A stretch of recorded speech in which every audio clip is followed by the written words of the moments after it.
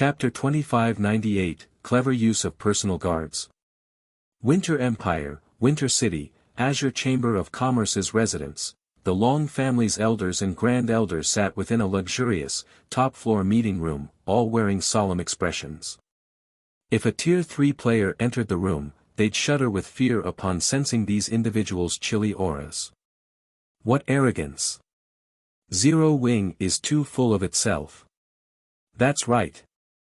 It is simply responsible for a few achievements in the East, yet it assumes it can stand on the same level as Violet Sword in the West. It's ridiculous. Zero Wing wants to negotiate with Violet Sword. Does the guild think it rules the Western continent?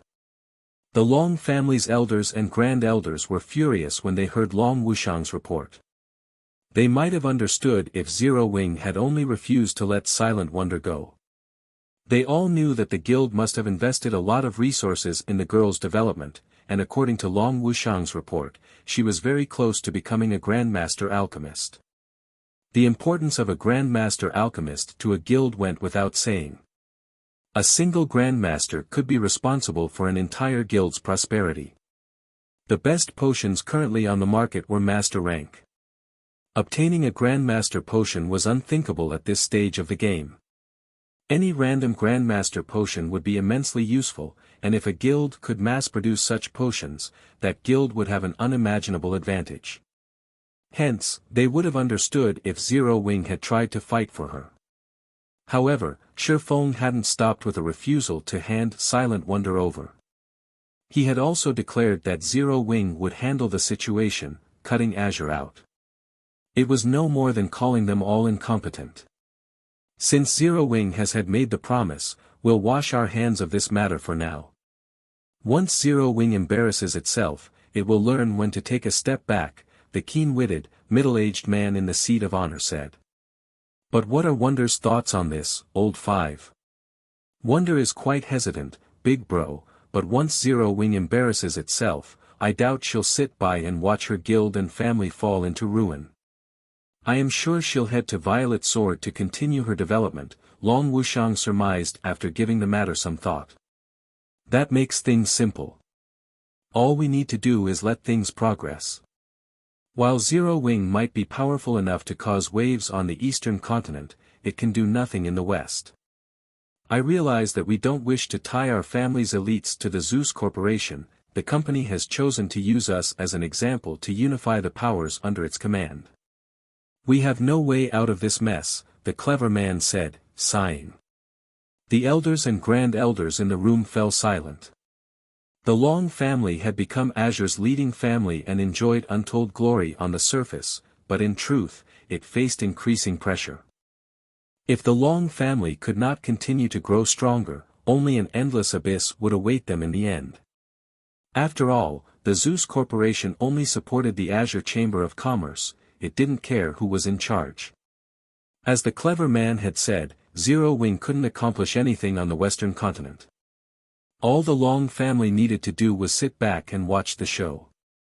While the Long family's elders met, Shifeng and his party finally reached the dangerous canyon within the East's Demon Wolf mountain range after some time traveling on their flying mounts. The canyon was full of level 120+ demon wolves. Quite a few Grand Lord-ranked mutated Crimson Demon Wolves and 3-headed Demon Wolves rested on the canyon's broken cliffs, and 2 20-meter-tall, Mythic-ranked 3-eyed Ice Demon Wolves rested before a cave entrance, both radiating powerful, frosty auras.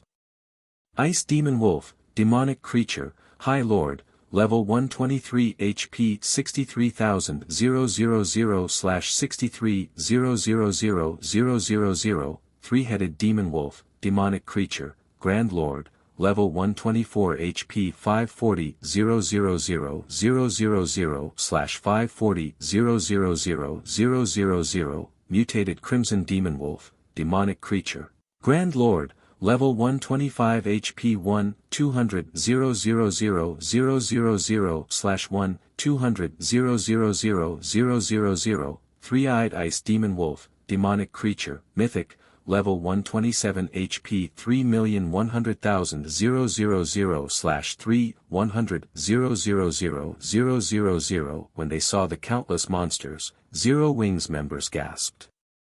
They had already learned about the incredible number of extremely powerful demon wolves in the canyon from Fire Dance's report. Still, they couldn't help but shudder upon seeing the monsters for themselves. This looked like more of a demon wolf city than a canyon. Even a team with over 5,000 level 120, tier 3 players would struggle to raid this demon wolf den, much less their team of 12 and several dozen tier 3 personal guards. With just a glance, they counted more than 300 three-headed demon wolves and mutated crimson demon wolves, and the Grand Lords guarded every entrance into the canyon. 2 three-headed ice demon wolves also stood guard at the mouth of the cave. The ice-type mana the 2 level 126 mythic monsters radiated was no laughing matter, and since all of the team's players had fully unlocked their mana bodies, they could sense how much mana the 2 monsters radiated. They felt as if they were staring at 2 gigantic mountains, not just mythic monsters. Enveloped in such overwhelming ice-type mana, manipulating the ambient mana would be impossible. Although they could use their own mana in combat, their mana would be suppressed, and they wouldn't be able to exhibit their skills and spells full power. Guild leader, must we really clear out these demon wolves? Kola asked. He had wanted to test his new equipment, but he couldn't help his nervous gulp when he saw the demon wolves here. Even if we rely on the personal guards during the fight, I doubt we'll have an easy time. These demon wolves must be dealt with, but we're not relying on the personal guards. We'll be doing the cleaning ourselves, Shifeng said, shaking his head. We will. His guild leader's plan surprised Kola. Even working with their personal guards, they'd still have a difficult time defeating these demon wolves, yet Shifeng informed them that they'd take out the monsters on their own. This had to be a joke. Emicham. The demon wolves here are special. Not only are there so many, and they're strong, but they also have high combat standards. Moreover, this environment's mana suppression is quite powerful, which makes using skills and spells incredibly difficult. Players will have to rely on their combat techniques here. Consider this another training ground. From today on, we'll train here, Shifeng said, nodding. Once you run out of stamina and concentration, return to training in the Extraordinary Tower and recuperate. When you've rested, return here. Clearing this area will be our main task for the next few days. He had wanted to activate the medium teleportation point, boosting Zero Wings' development speed, as soon as possible. However, Shifeng's most recent battle on the Extraordinary Tower's second floor had made one thing clear: the realms of truth weren't as simple as he had initially assumed. He had thought he had mastered a considerable portion of the realms of truth's principles, but in reality, he only knew the tip of the iceberg.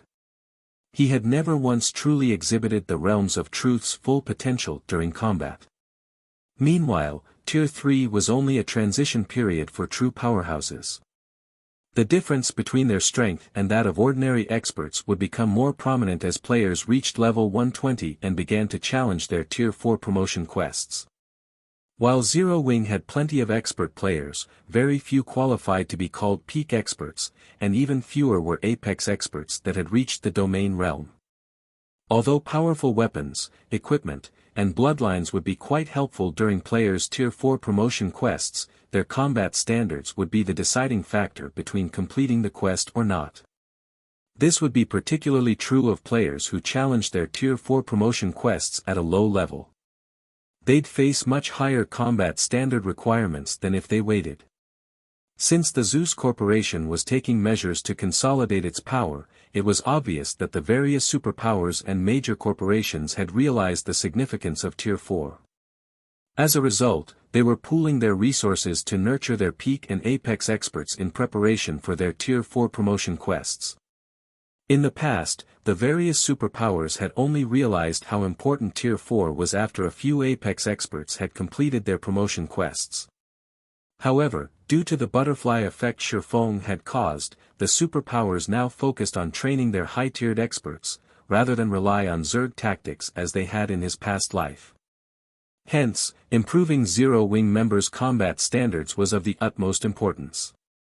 If the various superpowers really were preparing their experts for the Tier 4 promotion quests, Zero-Wing would be overpowered if it remained passive. Aside from normal training, life-or-death battles with monsters was an absolute must if players wanted to grow stronger. Only by risking their lives in battle could players unlock more of their potential. Now that Zero-Wing had the Extraordinary Tower and the Demon Wolf Mountain Range's special region in its grasp, he had to take advantage of these benefits.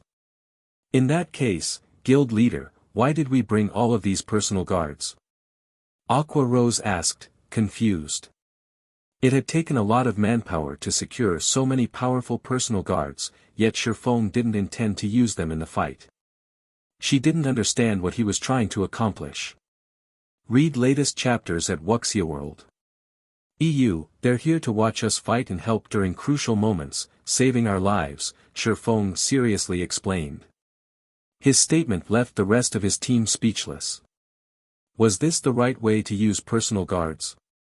These demon wolves were so powerful. Even if they fought alongside their personal guards, victory wasn't guaranteed, so how were these NPCs supposed to protect them? Since there are no more questions, let's begin our training.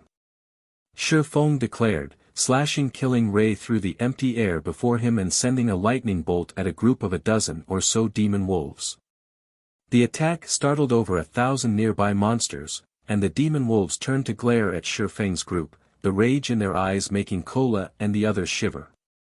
Before the team could react, the 1,000 or so monsters charged toward them. Chapter 2599, True Tier 4 Kola and the others grew nervous as the demon wolves swarmed. Most of the monsters were only High Lord ranked ice demon wolves, but with their high levels, their basic attributes could rival that of level 115 Great Lords.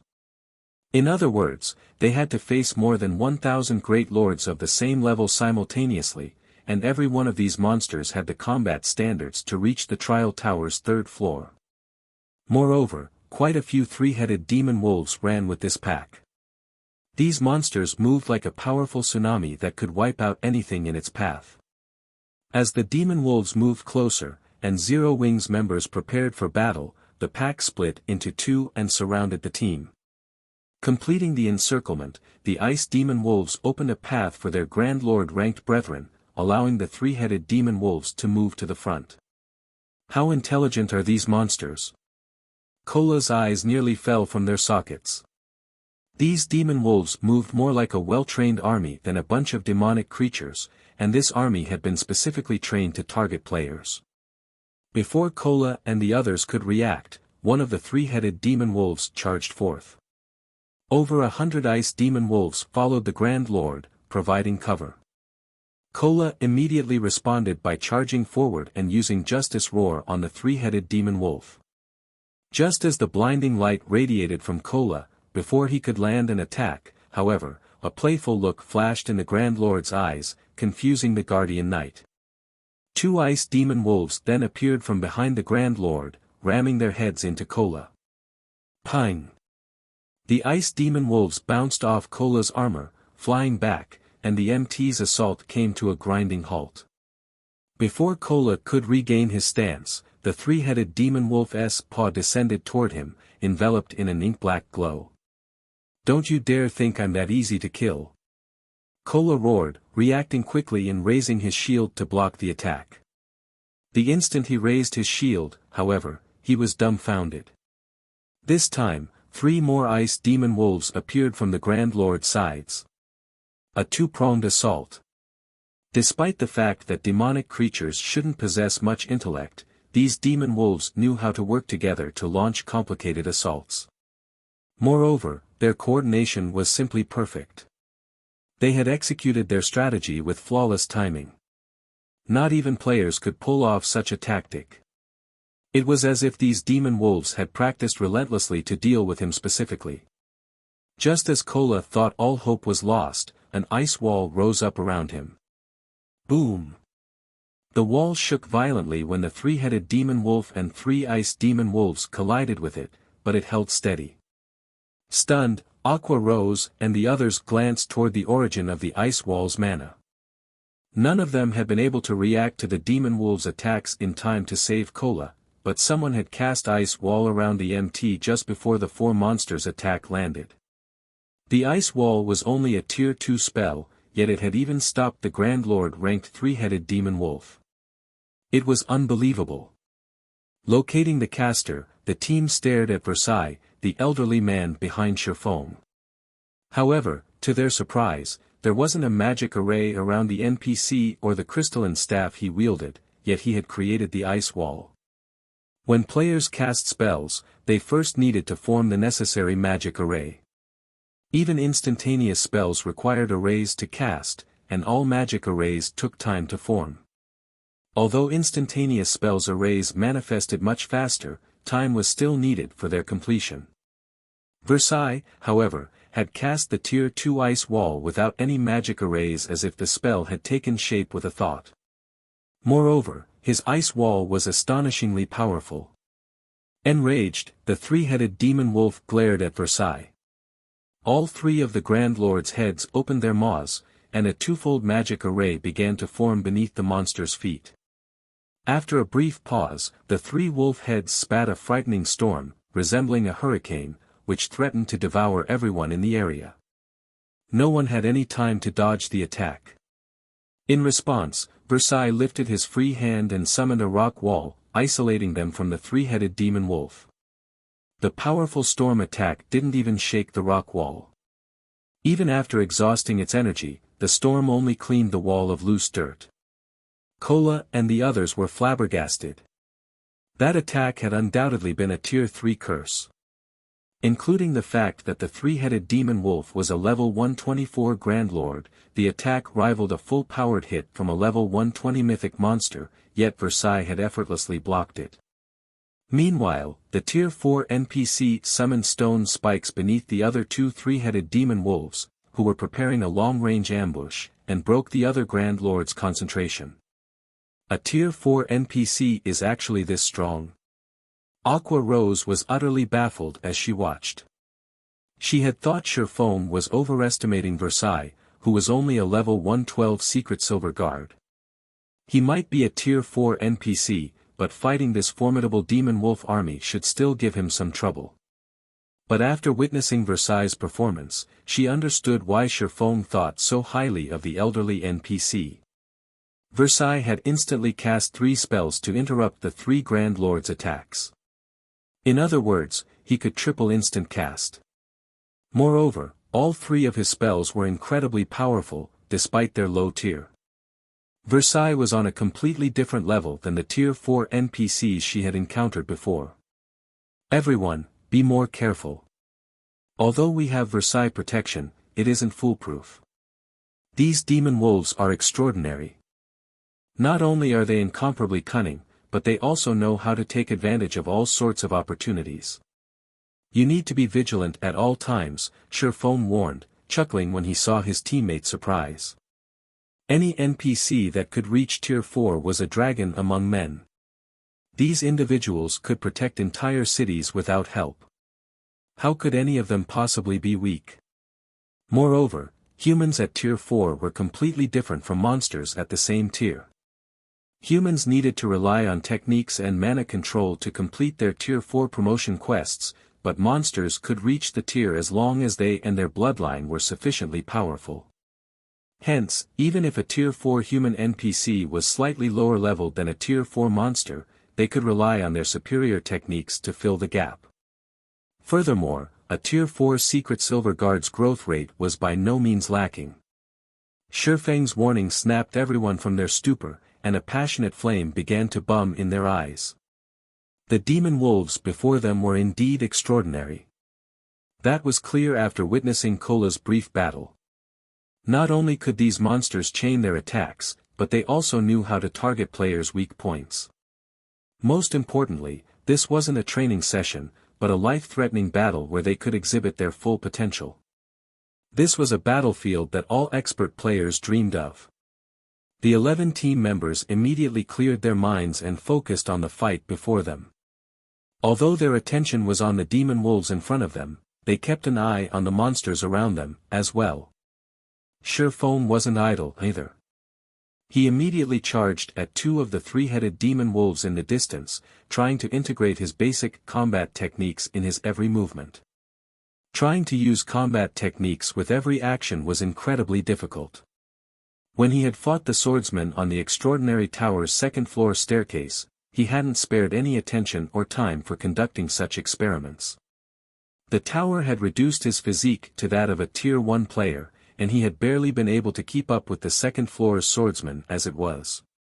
If he had tried to combine combat techniques with his movements, his efforts would have yielded the opposite effect. Fortunately, these demon wolves were the perfect practice targets.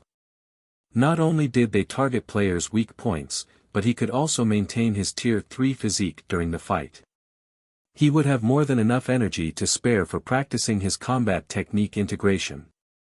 Shifeng proceeded to engage in a bitter battle with the two three-headed demon wolves and several hundred nearby ice demon wolves.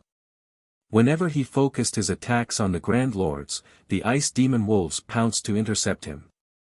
Some of the High Lords even used the chance to launch surprise attacks, preventing Shifeng from using any of his skills or spells.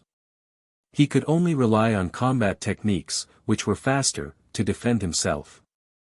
As the battle progressed, Shifeng grew increasingly familiar with using basic combat techniques in combat. Initially, he had only been able to execute a basic combat technique perfectly once every dozen or so moves, but he gradually reduced that to 5 or 6 moves. As he did, his fight against the three-headed demon wolves became easier. Now, even his normal attacks were stronger than the level 124 Grand Lords.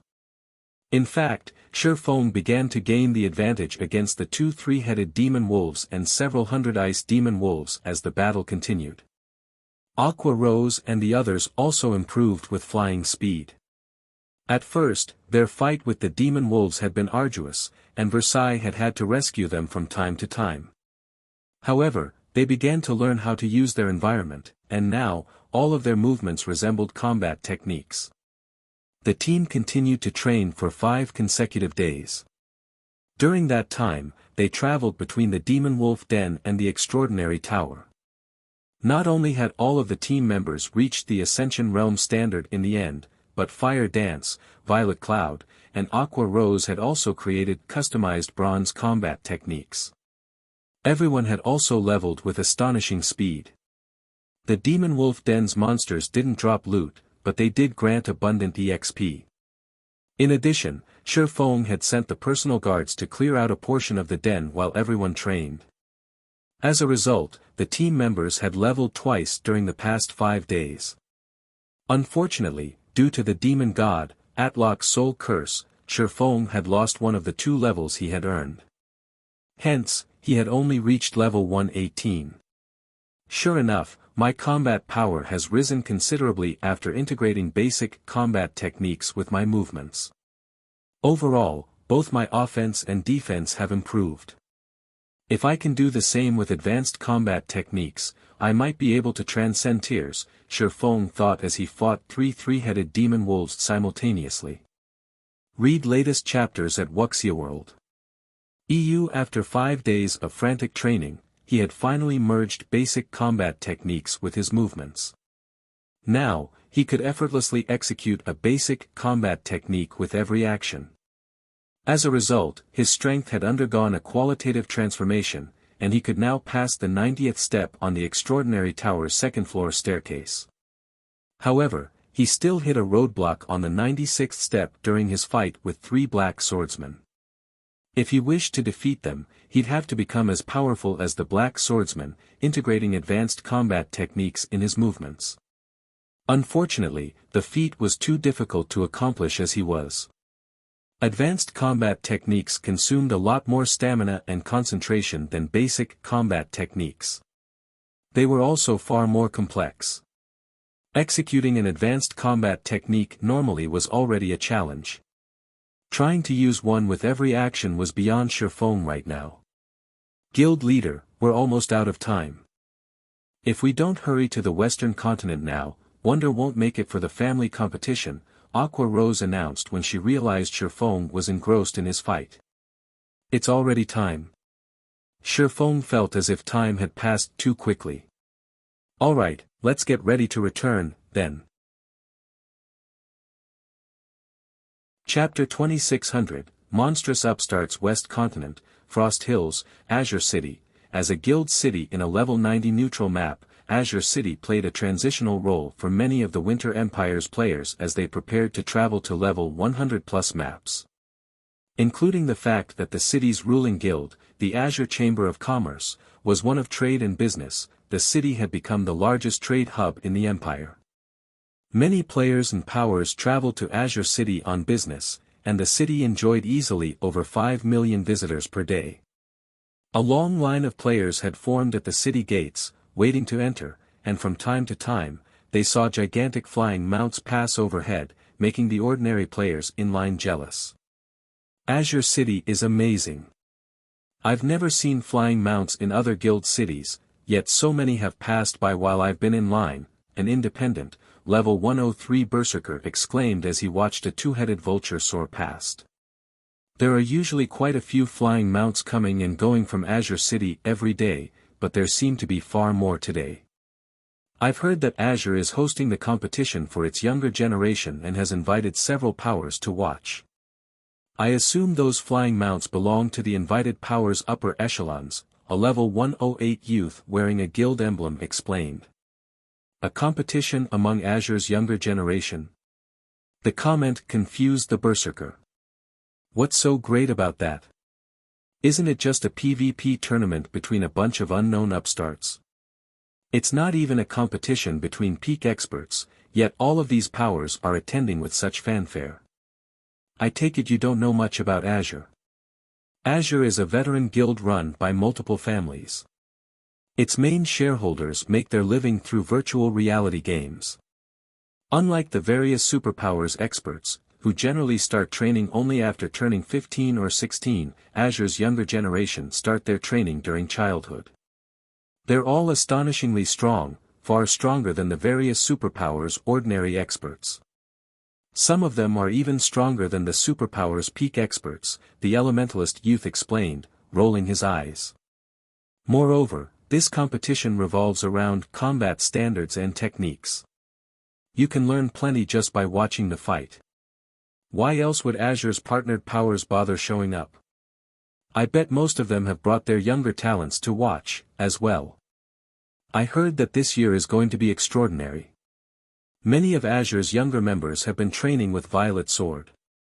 A few days ago, Violet Sword even announced that someone from Azure's younger generation fought Wildfighter, one of the vice commanders for the Chamber's strongest trump card, to a standstill. Violet Sword's upper echelons were stunned. A level 110, tier 3 swordsman wearing a guild emblem similar to the elementalist youth said. Fought Wildfighter to a standstill. Who are you trying to fool? Wildfighter is one of the top 30 players on the God's Domain experts list. The independent berserker protested, skeptical. Wildfighter has been famous for over a decade and is a publicly acknowledged monster.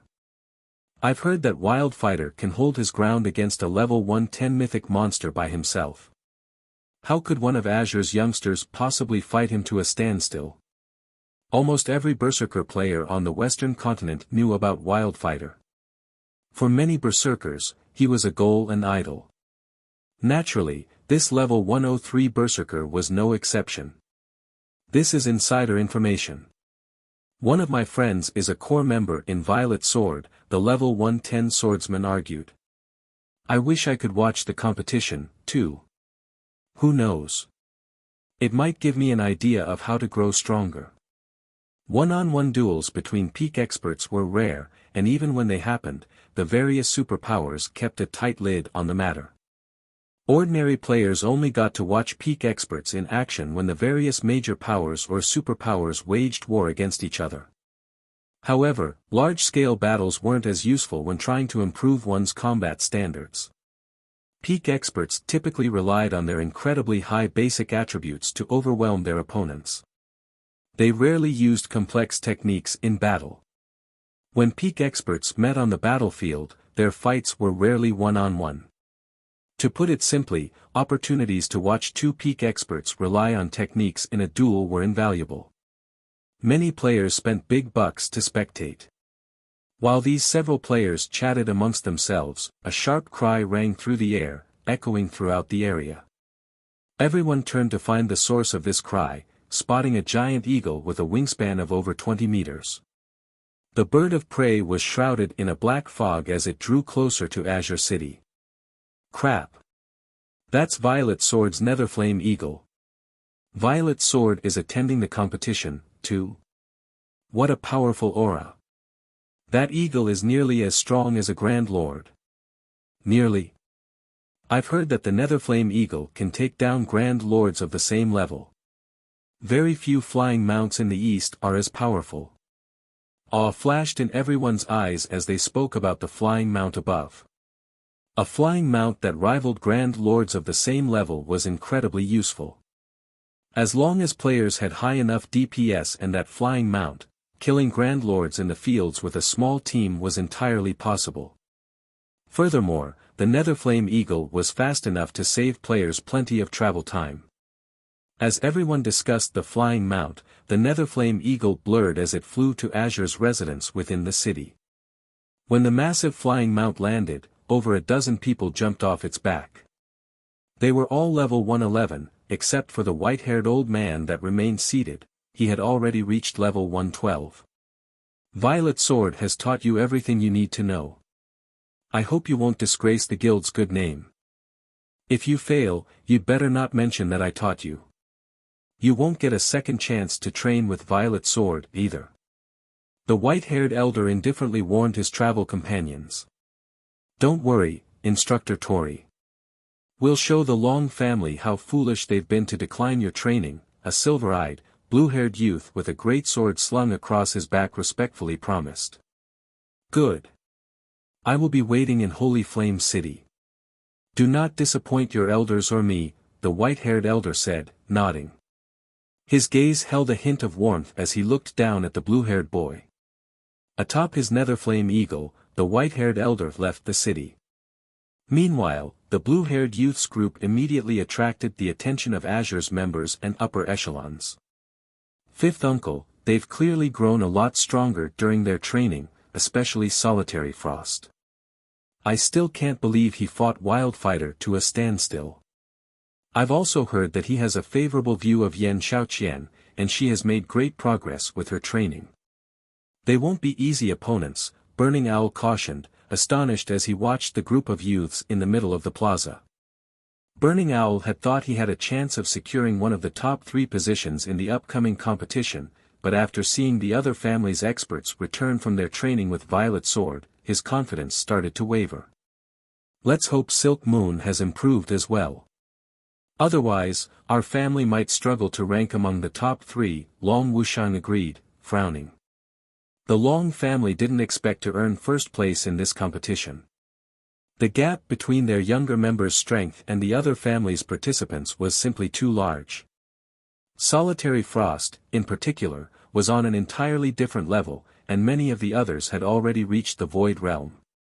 Silk Moon, the Long family's most talented combat player among the Long family's younger generation, was the family's last hope. Just as Solitary Frost's group was about to leave the plaza, and the crowd was about to disperse, everyone heard a loud humming from above the city, causing quite the commotion. Read latest chapters at Wuxia World. EU, what's that sound? Is some kind of special event about to happen in Azure City? Everyone was curious about the humming sound, with many players emerging from hotels and bars to get a better look at its source. When everyone found the sound's origin, however, they were all dumbfounded. 100-meter-long, steel behemoth flew toward the city as they watched. What's going on? Is that a flying ship? Chapter 2601, Zero Wings Arrival, Competition begins. The flying ship's arrival startled Azure City's players. Many of the powers that had come to watch Azure Chamber of Commerce's competition were stunned. Aside from how rare flying ships were in God's domain, its colossal size was shocking enough. Flying mounts, which most players thought were gigantic, looked like children in comparison. Which power owns that flying ship? Doesn't showing up like this seem like grandstanding? Has a super guild come to watch the competition? Azure City's players fell into heated discussions as they watched the rapidly approaching flying ship. The various powers members, who had come to spectate Azure's competition, were especially taken aback. Everyone wanted to know who owned the airborne vessel. Flying Mount's aerial combat power was nothing compared to that of a flying ship. Such a vessel was also stronger than Flying Mount's in other aspects. A flying ship could instantly elevate any ordinary guild standing in God's domain. The guild's main force might even develop as quickly as the main force from a first-rate guild. While everyone discussed the ship's arrival, the flying ship drifted to a stop above the plaza in Azure's residence. When it landed, everyone eagerly stared at the ship's hatch, overcome with curiosity. Several cloaked players, all of whom had concealed their information and appearances, disembarked. One woman, however, wasn't wearing a black cloak. Rather, she wore luxurious, dark blue mage robes and instantly became the center of attention in the plaza. Players didn't just stare because of her powerful aura. Everyone was also astonished that she had actually reached level 113. She was the highest-leveled player they had ever seen. The white-haired elder from Violet Sword had already reached level 112, yet this woman surpassed him by one level. She was obviously an extraordinary expert. Silent Wonder. Isn't she from the Long family, a level 110, tier 3 ranger, who had come to watch the competition, wondered when he saw her statistics. Since when did the Long family have a relationship with such an astounding power? To think that, aside from the Zeus Corporation, the Long family has the support of such a powerful entity. It's no wonder why the Long family isn't afraid of the Zeus Corporation. The various spectating powers' upper echelons were surprised when they saw Silent Wonder. They had never considered that the Long family would have such a powerful foundation. For a time, these upper echelons reconsidered their views of the Long family. What grandeur! They actually arrived in a flying ship. Long Wuxiang, who watched from within Azure's residence, clicked his tongue as Zero Wings members emerged from the Crimson Dragon flying ship. The Crimson Dragon flying ship was Zero Wings' symbol in the east, just as the Netherflame Eagle was Violet Sword's. Only, since information between the two main continents was restricted, few powers in the west knew about the flying ship. Isn't this great, fifth uncle? At the very least, our momentum isn't any slower than the others, Burning Owl said, smiling. Violet Sword was too overbearingly famous. The fact that the Super Guild had escorted Solitary Frost's group to Azure City atop a Netherflame Eagle was enough to sway Azure's neutral elders and grand elders. Some had even initiated negotiations with Solitary Frost's and his companions' families. What's the point of this meaningless display now? Actions speak louder than words, in the end. Long Wuxiang disdainfully dismissed. Zero Wing might have a lot of influence on the eastern continent, but the same couldn't be said in the west. Meanwhile, the Azure Chamber of Commerce's main area of development lay in the west, which was also the Zeus Corporation's home ground. Zero Wing couldn't do anything to help Azure.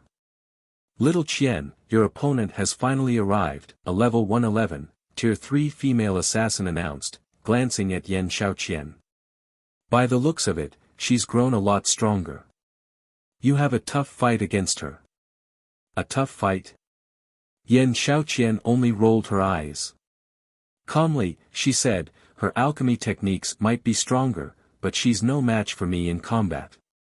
The Long family's only decent fighter is Silk Moon. If she hasn't grown stronger since we last met, taking second place in this competition will be a breeze. Yan Xiaoqian's comment had been firm and without any hint of arrogance. She had said it as if it was just a normal fact. The female assassin didn't argue with her friend. What Yan Xiaoqian had said was true, after all. Their combat standards had considerably improved during their training with Violet Sword, and she had to admit that the veteran Super Guild was impressive. The Azure Chamber of Commerce was no match for Violet Sword when it came to nurturing experts. During Violet Sword's training, Yan Xiaoqian had grown tremendously. Many of Violet Sword's old monsters had even praised her for her talent.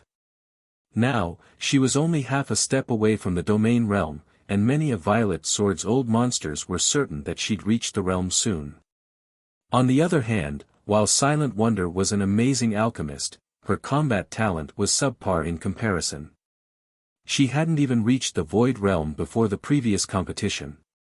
Even if Zero Wing were capable and helped Silent Wonder reach the Void Realm since, that wouldn't change anything. Even between Void Realm experts, there was a massive difference in strength. While the female assassin and Yan Xiaoqian conversed, a middle-aged man with a chilling aura and pale complexion approached. This man was Duan Hanshan, the strongest member of the Duan family's second generation. Xiaoqian, I'm afraid you'll be disappointed this time. We just received news that Silk Moon won't be attending the competition for some reason. Nobody can get in touch with her. The entire Long family is panicking over the matter, Duan Hanshan interjected. Silk Moon isn't coming. Doesn't that mean the Long family is finished? The female assassin asked. Silk Moon was the Long family's last hope of securing one of the top 3 positions in this competition. If she had succeeded in earning one of those positions, the Long family would have retained its reputation. However, now that Silk Moon couldn't make it, the Long family had a bleak future ahead. The Long family currently held the right to rule the Azure Chamber of Commerce, but the younger generation would determine the guild's future. If the Long family's successors weren't up to the task, who would trust the family to run Azure? Soon, both the Zeus Corporation and the Chamber's various shareholder families would use the Long family's ineptitude as an excuse to reclaim Azure's ruling rights. That's why all of you need to perform well. We mustn't allow any member of the Long family to take one of the top 3 positions. This isn't just the family's requirement, but the Zeus Corporation's, as well. As long as you succeed, you will all have another opportunity to train with Violet Sword, Duan Hanshan said seriously. Read latest chapters at Wuxia World. EU, Top 3. Doesn't that only leave Burning Owl as a threat? The female assassin surmised, turning to look at the distant Burning Owl, who wore an ugly expression. Burning Owl was undoubtedly a peak expert. None of them had been a match for his combat standards in the past, but after training with Violet Sword, the 5 individuals from the various shareholder families had joined the ranks of peak experts. Moreover, they had engaged in live combat against a large number of Violet Sword's peak experts. If Burning Owl was their only opponent, the group had a high chance of securing all 3 top positions in this competition. Once they succeeded, they'd all be able to return to Violet Sword, making this an incredibly valuable opportunity. Their training with Violet Sword had cost a lot of manpower and resources, a cost that the Azure Chamber of Commerce couldn't currently afford. If not for the Zeus Corporation's request, Violet Sword wouldn't have bothered training them at all. Time is almost up. Let's head to the arena, Duan Hanshan said after taking a look at the time. He then led Yan Xiaoqian and the female assassin toward the battle arena in the heart of Azure City.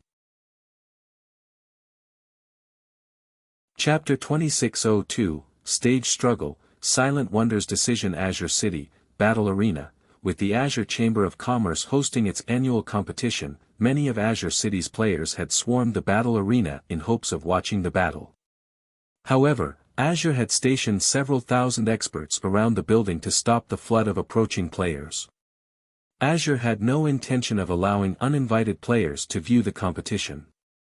As the various invited powers entered the battle arena, the uninvited public grew envious. Although Azure City's battle arena was much smaller than the one in Stone Forest City, its interior had been magnificently decorated. Even Shirfone was a little impressed as he entered the building's main lobby. The main lobby had been paved with mana ore, and the instant he stepped inside, the mana he felt was considerably denser than outside. Moreover, artisans had carved all sorts of images into the lobby's walls. These engravings might not seem special to ordinary players, but players who knew combat techniques would easily recognize them. Every engraved image depicted a different combat technique. Of course, these combat techniques were incomplete.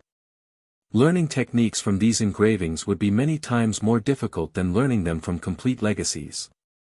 It would take an absolute genius to learn anything from these carved walls.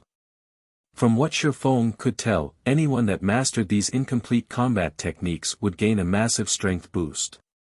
Most of these incomplete techniques were advanced rank or higher.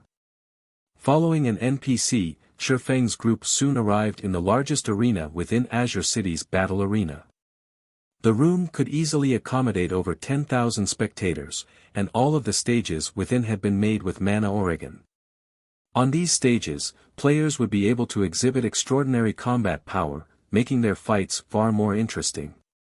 By the time Shifeng's group reached their seats, most had already been filled. The majority of the spectators were either talented newcomers from the various powers or Azure's core members. Excitement filled the air as everyone watched Azure's younger members approach the center stage, one after another. We already know who's taking first place, but I wonder who will earn second place. I think Vice Guild leader Burning Owl from the Long family has a high chance. He's already been acknowledged as the third strongest member of Azure's younger generation.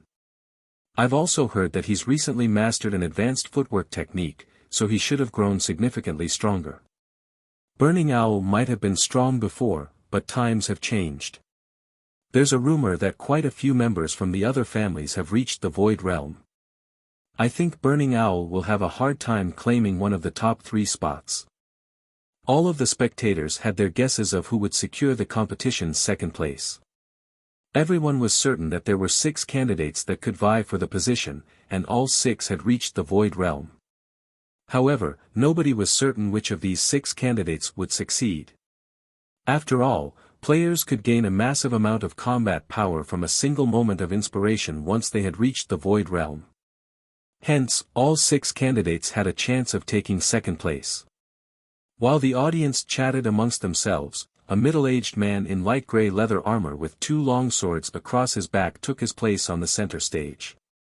This man didn't look very old, at most, he should be in his 40s.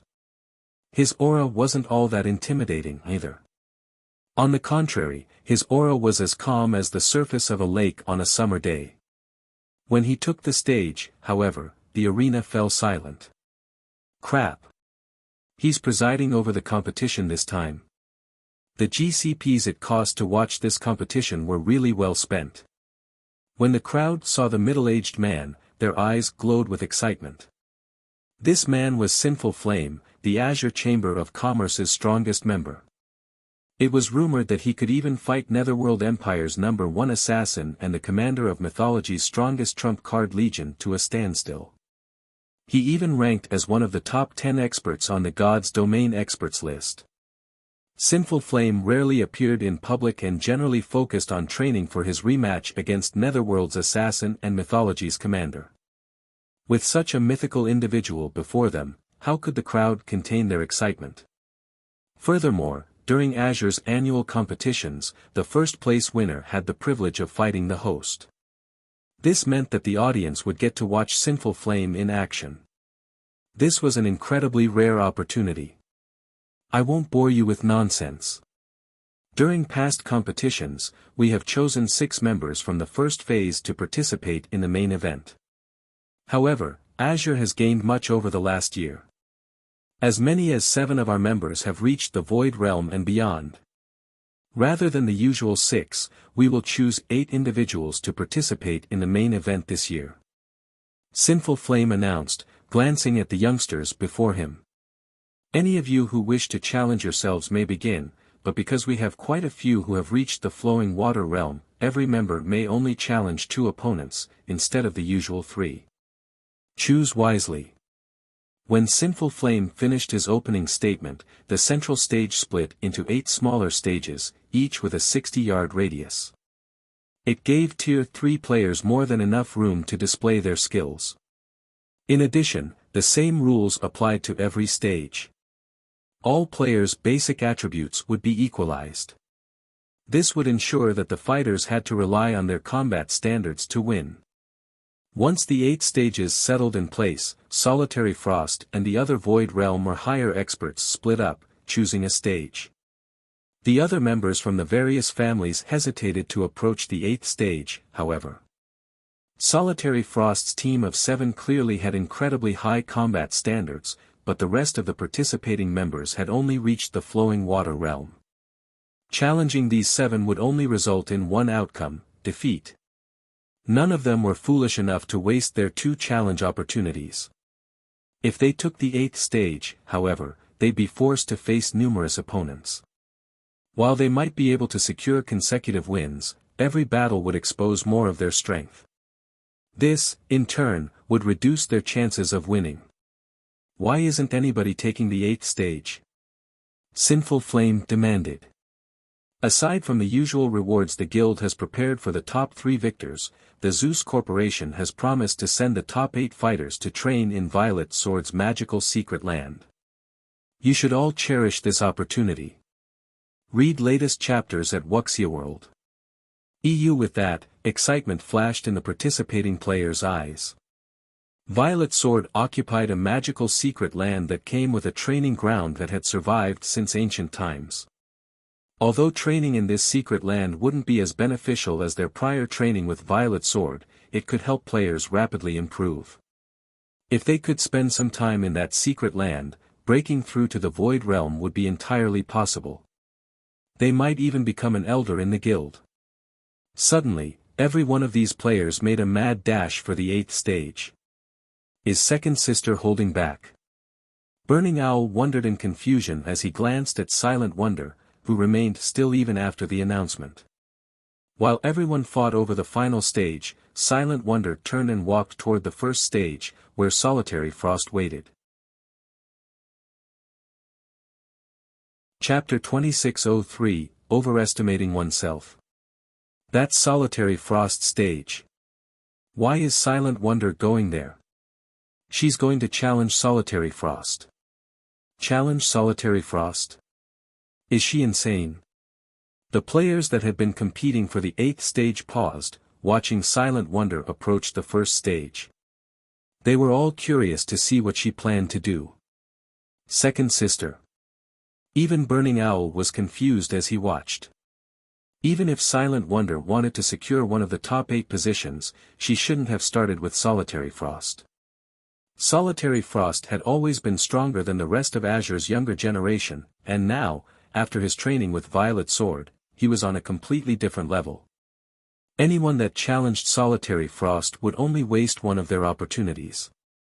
Yan Xiaoqian was just as astonished as she watched Silent Wonder from her position on the second stage. She might not have been surprised to see the Long family's Silk Moon challenge Solitary Frost, since she would actually have a chance of winning, but why would Silent Wonder challenge that monster of a player? This competition wasn't like the previous alchemy competition. They weren't fighting monsters this time, and superior levels and equipment couldn't help Silent Wonder here. On these 8 stages, everyone's basic attributes would be the same. Players would have to rely on their combat standards and techniques to win. Silent Wonder could never be a match for Solitary Frost in these aspects. Meanwhile, the audience was in an uproar as it watched Silent Wonder. The Long family's elders and grand elders in particular, anxiously sat on the edge of their seats.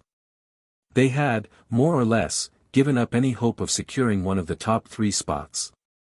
They only hoped that Burning Owl could hold 4th place, and Silent Wonder would make it into the top 8.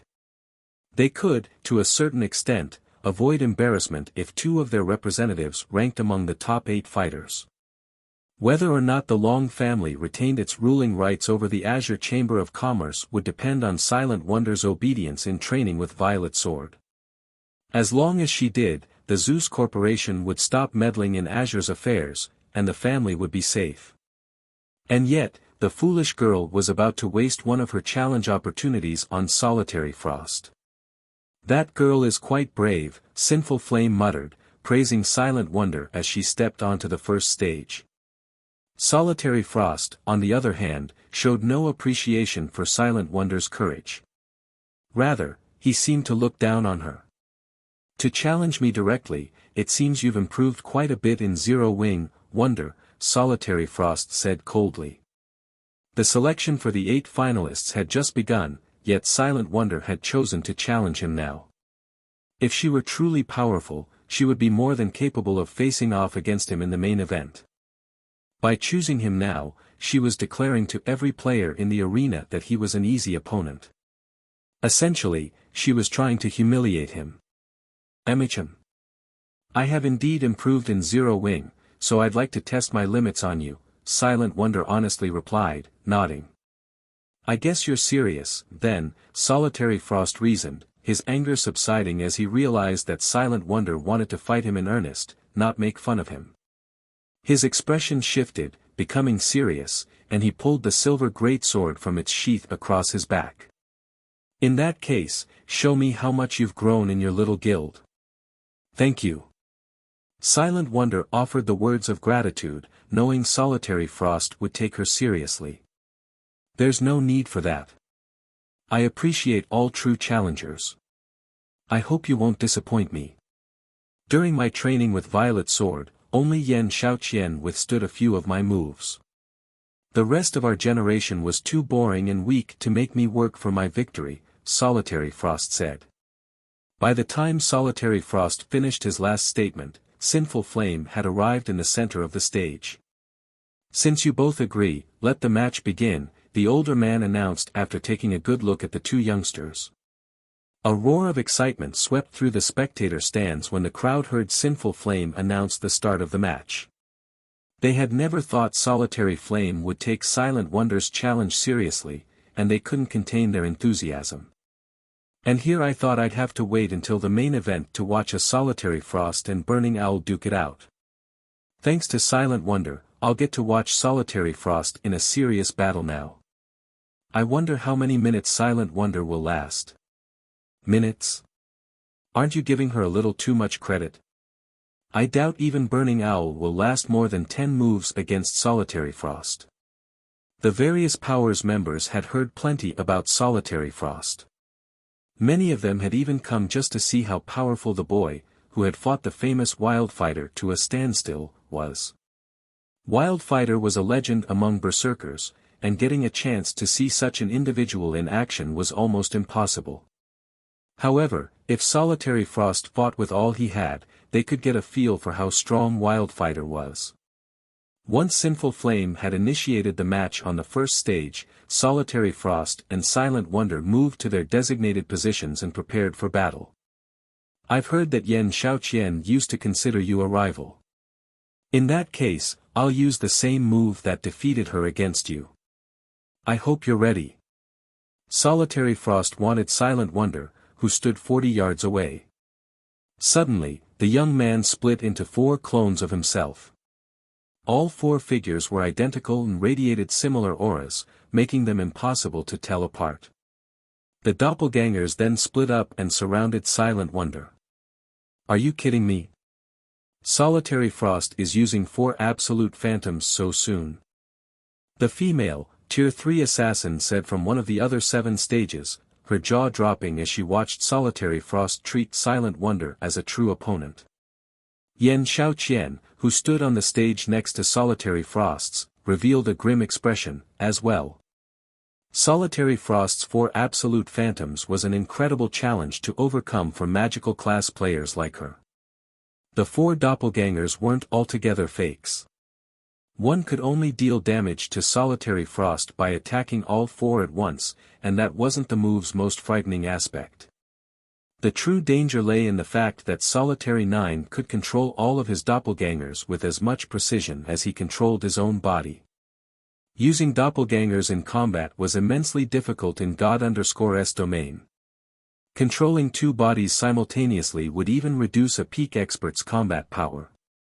Ordinary domain realm experts would be lucky if they could control 3 bodies without sacrificing some of their performance. However, Solitary Frost could control all 4 doppelgangers without reducing any of their combat power. Of course, landing an attack against a domain realm expert without using a skill or spell was just as difficult. Domain realm experts could perceive all movement within their vicinity, after all. Relying on their keen senses, they could preemptively evade and launch counterattacks. Fighting Solitary Frost's 4 absolute phantoms would be as challenging as facing 4 domain realm experts simultaneously. For peak experts, this move was an absolute nightmare. And once a magical class player allowed a melee player, especially a domain realm expert, to move within attack range, it was game over. Amazing! Silent Wonder exclaimed, admiring Solitary Frost's perfect control. Face my 4 absolute phantoms. Silent Wonder's admiration wouldn't slow Solitary Frost down, and his 4 doppelgangers encircled their opponent, rapidly closing in. While Solitary Frost's doppelgangers drew closer, Silent Wonder began to wave her staff. 4 ice walls shot up from the stage around her, protecting her from all sides. Ice walls? She doesn't actually think such a low-tier defensive spell can stop Solitary Frost's attack, does she? The female assassin couldn't help but laugh. The spell, Ice Wall, could only be enhanced to Tier 2. It wasn't anywhere near strong enough to stop a Tier 3 player's full-powered attack. The spell wouldn't even buy Silent Wonder any time. Boring. Silent Wonder's opening move disappointed Solitary Frost a little, but he didn't pause his assault. He immediately cancelled his 4 absolute phantoms before brandishing his greatsword. The weapon transformed into 3 identical copies before converging on the ice wall before him. Read latest chapters at Wuxia World. EU Combat Technique, Triple Heavy Slash. Boom! As the greatsword crashed into the ice wall, a deafening boom filled the arena. How is that possible? Solitary Frost was stunned and his attack failed to deal any damage to the ice wall. Moreover, the recoil had left both of his arms numb as if he had just struck an impenetrable wall.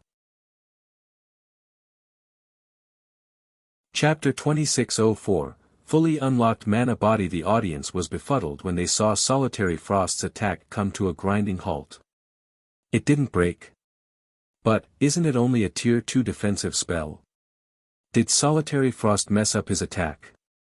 The players in the spectator stands were all extremely familiar with the spell, Ice Wall.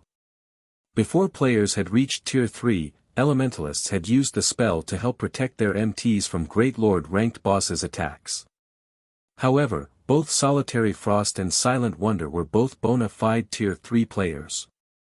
Although their basic attributes had been equalized, they both had the attributes of Tier 3 players. A Tier 2 Ice Wall could, at most, buffer a Tier 3 attack. It shouldn't be able to stop such a blow, let alone one empowered with a combat technique. A Tier 2 Ice Wall can actually stop a Tier 3 Berserker's combat technique at full strength. Burning Owl was just as confused as everyone else after seeing Silent Wonder's Ice Wall intact. He had fought Tier 3 Elementalists himself, but when they had used Ice Wall against him, the spell hadn't even stopped his normal attacks. He had tested this multiple times and never once failed to shatter an ice wall.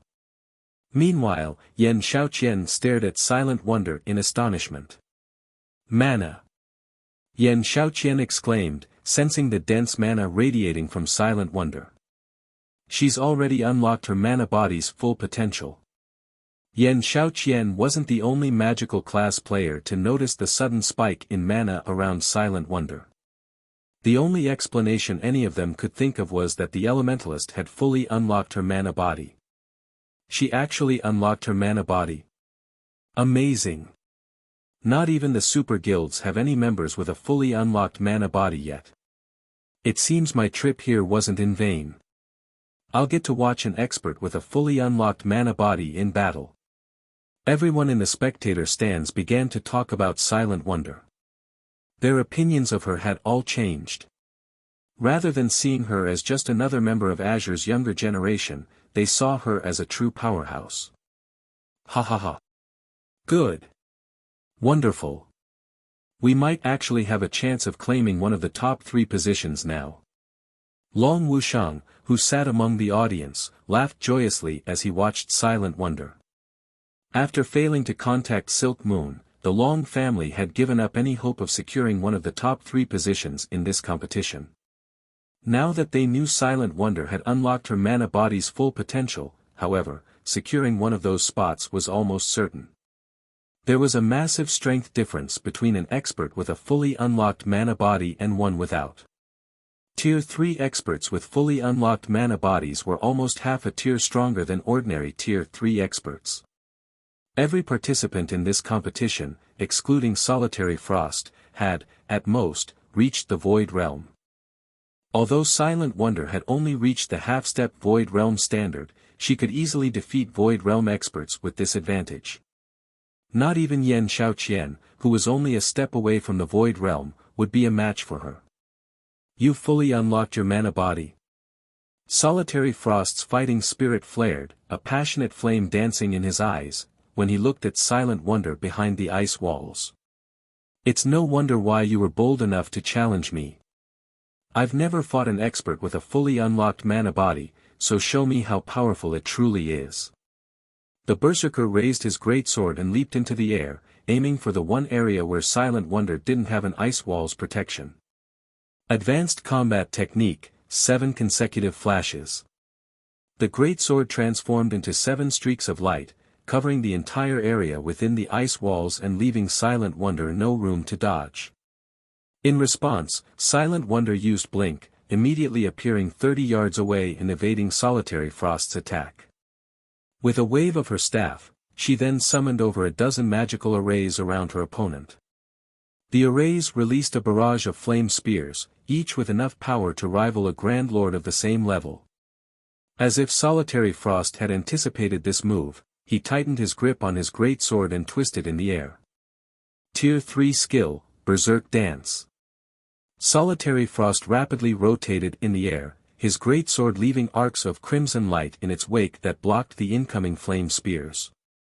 He executed Berserk Dance with over a 90% completion rate even from that position. Is he a monster?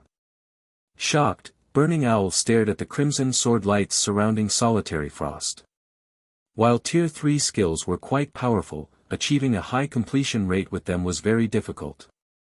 Even as a Void Realm expert, Burning Owl could only execute the Tier 3 Berserk Dance with around an 85% completion rate, and that was only with optimal conditions.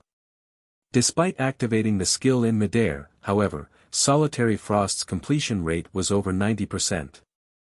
Meanwhile, just as Solitary Frost was about to land, earthen spikes shot up from the ground below him. A two-pronged assault. That might be useful against peak experts, but it will do nothing against Solitary Frost, the female assassin standing on the nearby stage said, sneering at the magical attack. A domain realm expert could perceive everything within their surroundings. Even a perfectly timed ambush would be useless against such an expert. The instant they took action, the targeted domain realm expert would discover the attack. Still calm, the Berserker brandished his greatsword and shattered the first round of earthen spikes. He then used his momentum to evade the second wave of spikes. Landing, Solitary Frost used Flame Charge, dashing towards Silent Wonder. Rather than make a beeline for his target, however, he combined a complex footwork technique with his charge. The Berserker split into 6 afterimages, rushing towards Silent Wonder from different directions. Advanced footwork, Mirage Steps. His execution was flawless, and the afterimages were impossible to tell apart. In a fraction of a second, he was within 15 yards of the Elementalist. It's over. Your mana body might have tremendously increased your casting speed and power, but you lack control of your surroundings. You still can't use your advantage to its fullest. Solitary Frost roared as he moved within 10 yards of Silent Wonder. He then swung his greatsword. Tier 3 Taboo Skill, Triple Flame Scythe. 3 flaming crescents threatened to devour Silent Wonder with even more power than that of a Grand Lord of the same level. But, just before the attack landed, a gigantic, crimson magic array appeared beneath Silent Wonder's and Solitary Frost's feet. The instant the array completed, a towering pillar of fire exploded forth. Not only did the flames swallow the 3 flaming crescents, but it devoured Solitary Frost and Silent Wonder, as well. Read latest chapters at Wuxia World. EU, what? A three-pronged attack. She actually hit a red lotus of fire beneath her. Yan Xiaoqian could not believe her eyes as she stared at the raging pillar of fire before her. Yan Xiaoqian had assumed her rival had only prepared a two-pronged attack. She had never dreamed that Silent Wonder would use herself as bait to lure Solitary Frost into the red lotus of fire, a Tier 3 curse. After 3 seconds, the flaming pillar subsided, revealing Solitary Frost's charred corpse on the stage. Although Silent Wonder hadn't emerged from her own attack unscathed, she still had 1/3 of her HP remaining due casting Flame Shield earlier.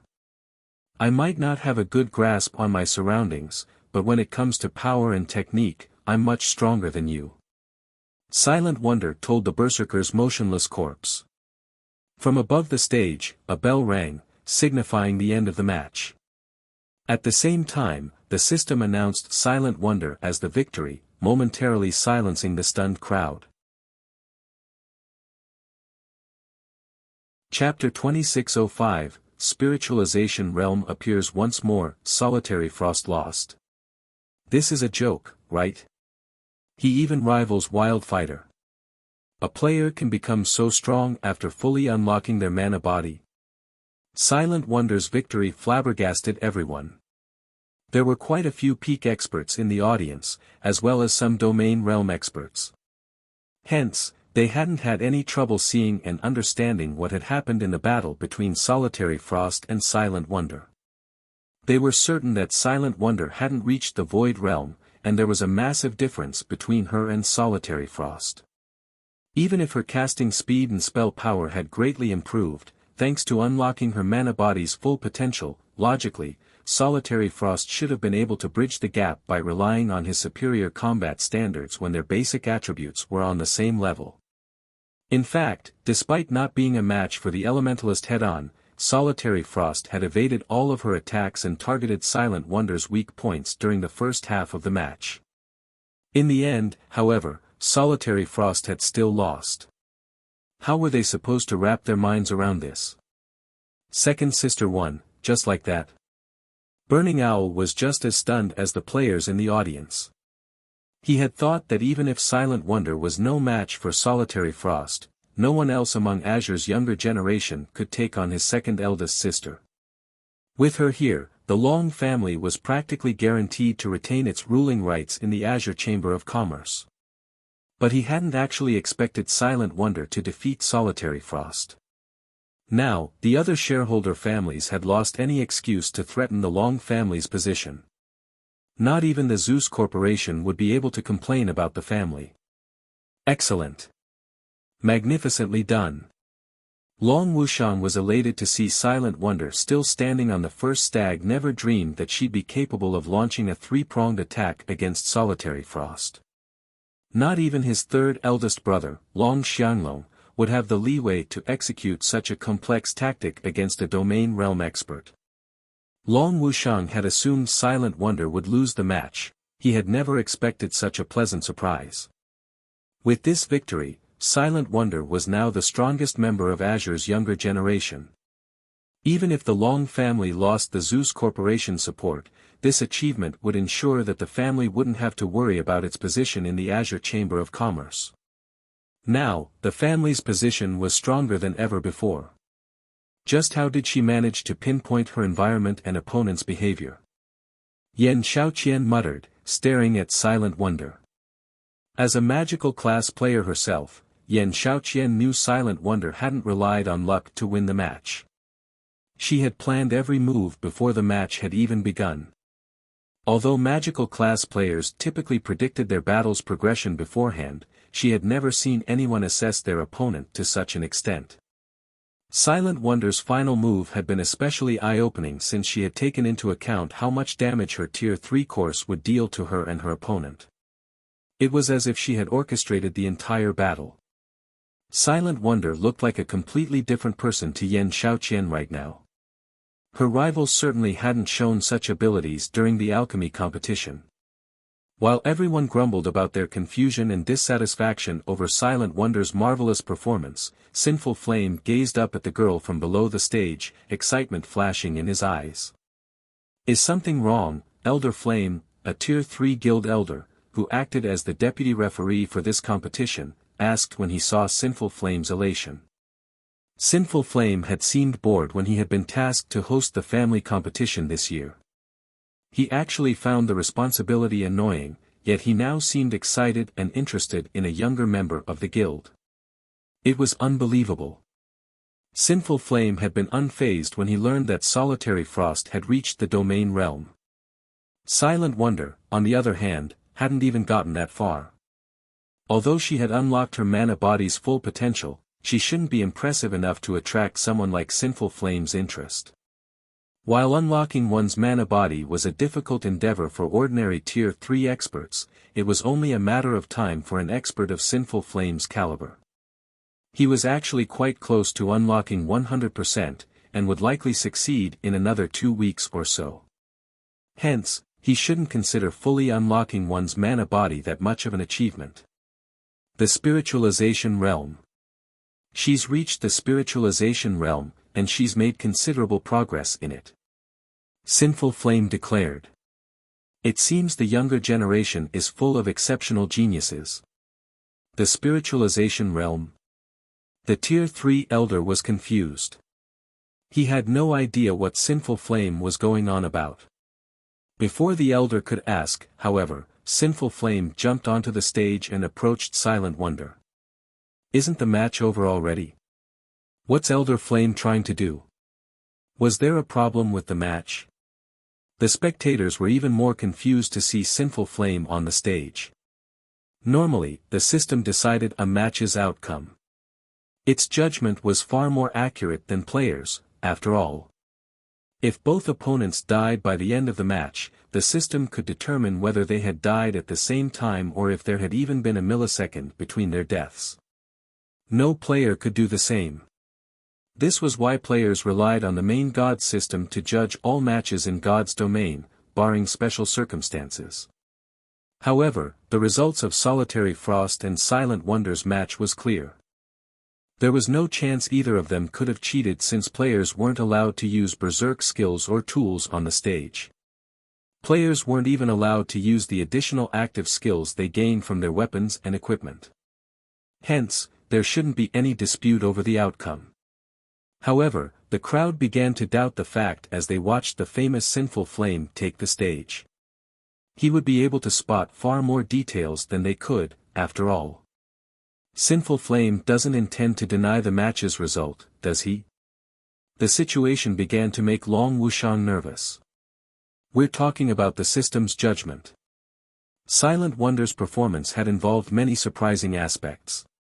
If Sinful Flame had seen some peculiarity, his celebration would have been premature. Could she have actually cheated? In contrast, Duan Hanshan was overjoyed to see Sinful Flame interfere. He had thought his hopes of dethroning the Long family were lost, but it seemed that might not have been the case. While everyone discussed the matter in hushed whispers, Sinful Heart turned away from Silent Wonder and addressed the audience. "Everyone, you have seen the match's outcome for yourselves, so you all know just how powerful Solitary Frost was. Without a doubt, he is the participant in this competition," Sinful Flame said. "Now that Silent Wonder has defeated him, I'm sure you all realize who will win first place. Hence, I have a suggestion. Rather than waste time with the rest of the qualifying matches, why don't we host a more meaningful competition?" Indeed. It doesn't make much sense to continue the qualifying matches. Read latest chapters at Wuxia World. Going straight into the main event isn't a bad idea. It's a pity that the first match was the most interesting. My seat isn't even warm, yet the competition is already over. Every player in the crowd nodded, agreeing to Sinful Flame's suggestion. Since Silent Wonder had proven herself stronger than Solitary Frost, the top 8 positions were as good as decided. Continuing the qualifying matches would be pointless. It would be much more interesting to proceed to the Peak Experts matches. Since Silent Wonder is the undisputed first-place winner of this competition, according to our regulations, I will face her later. How would you all feel about watching that match? Sinful Flame asked the crowd once the audience had agreed to his first suggestion. Chapter 2606, There are many who are stronger than me. Sinful Flame's question shocked every member of the audience. What?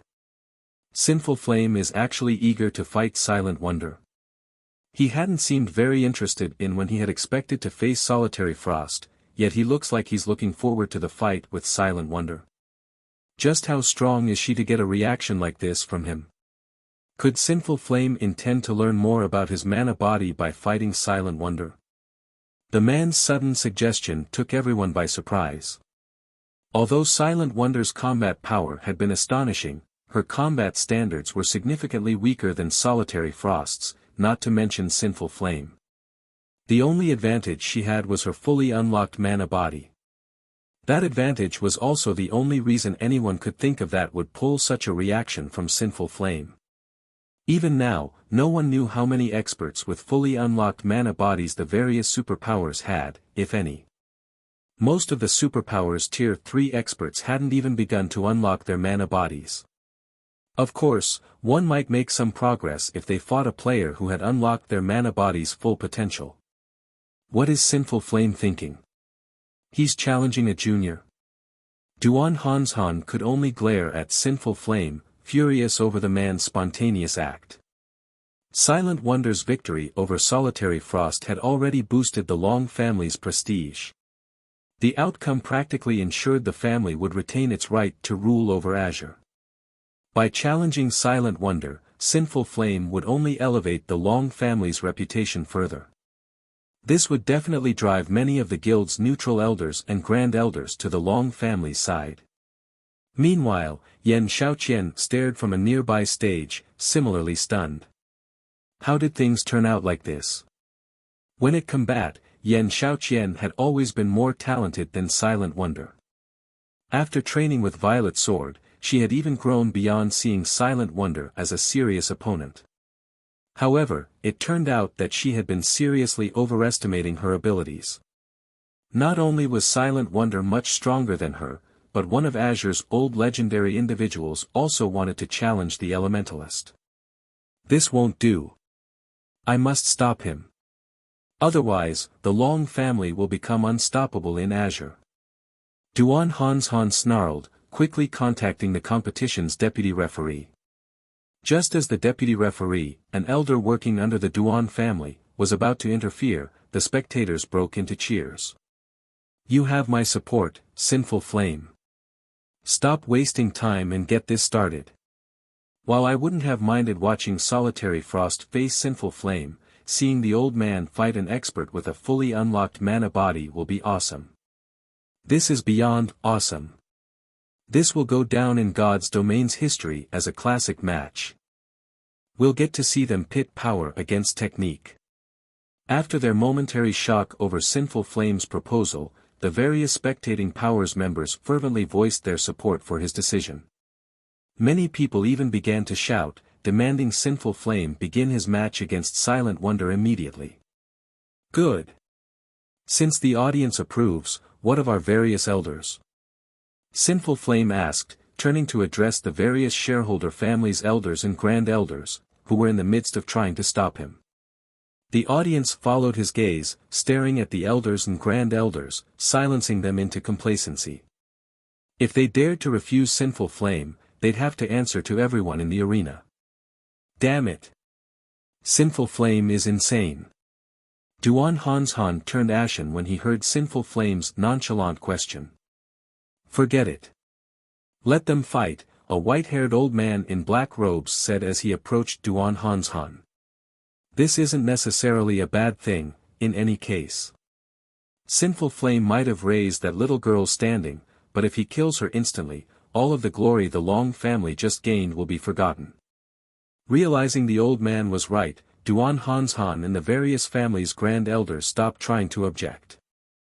Since Elder Flame and the audience are so eager, this will be simple, Duan Hanshan said after calming down.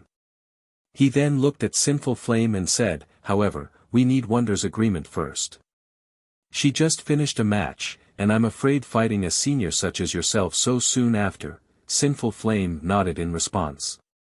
His goal was very simple, he wanted to fight Silent Wonder. Some things could only be experienced firsthand, after all. He wanted to face the girl at her peak. However, before Sinful Flame could speak up, a crisp voice interrupted him. I'm fine.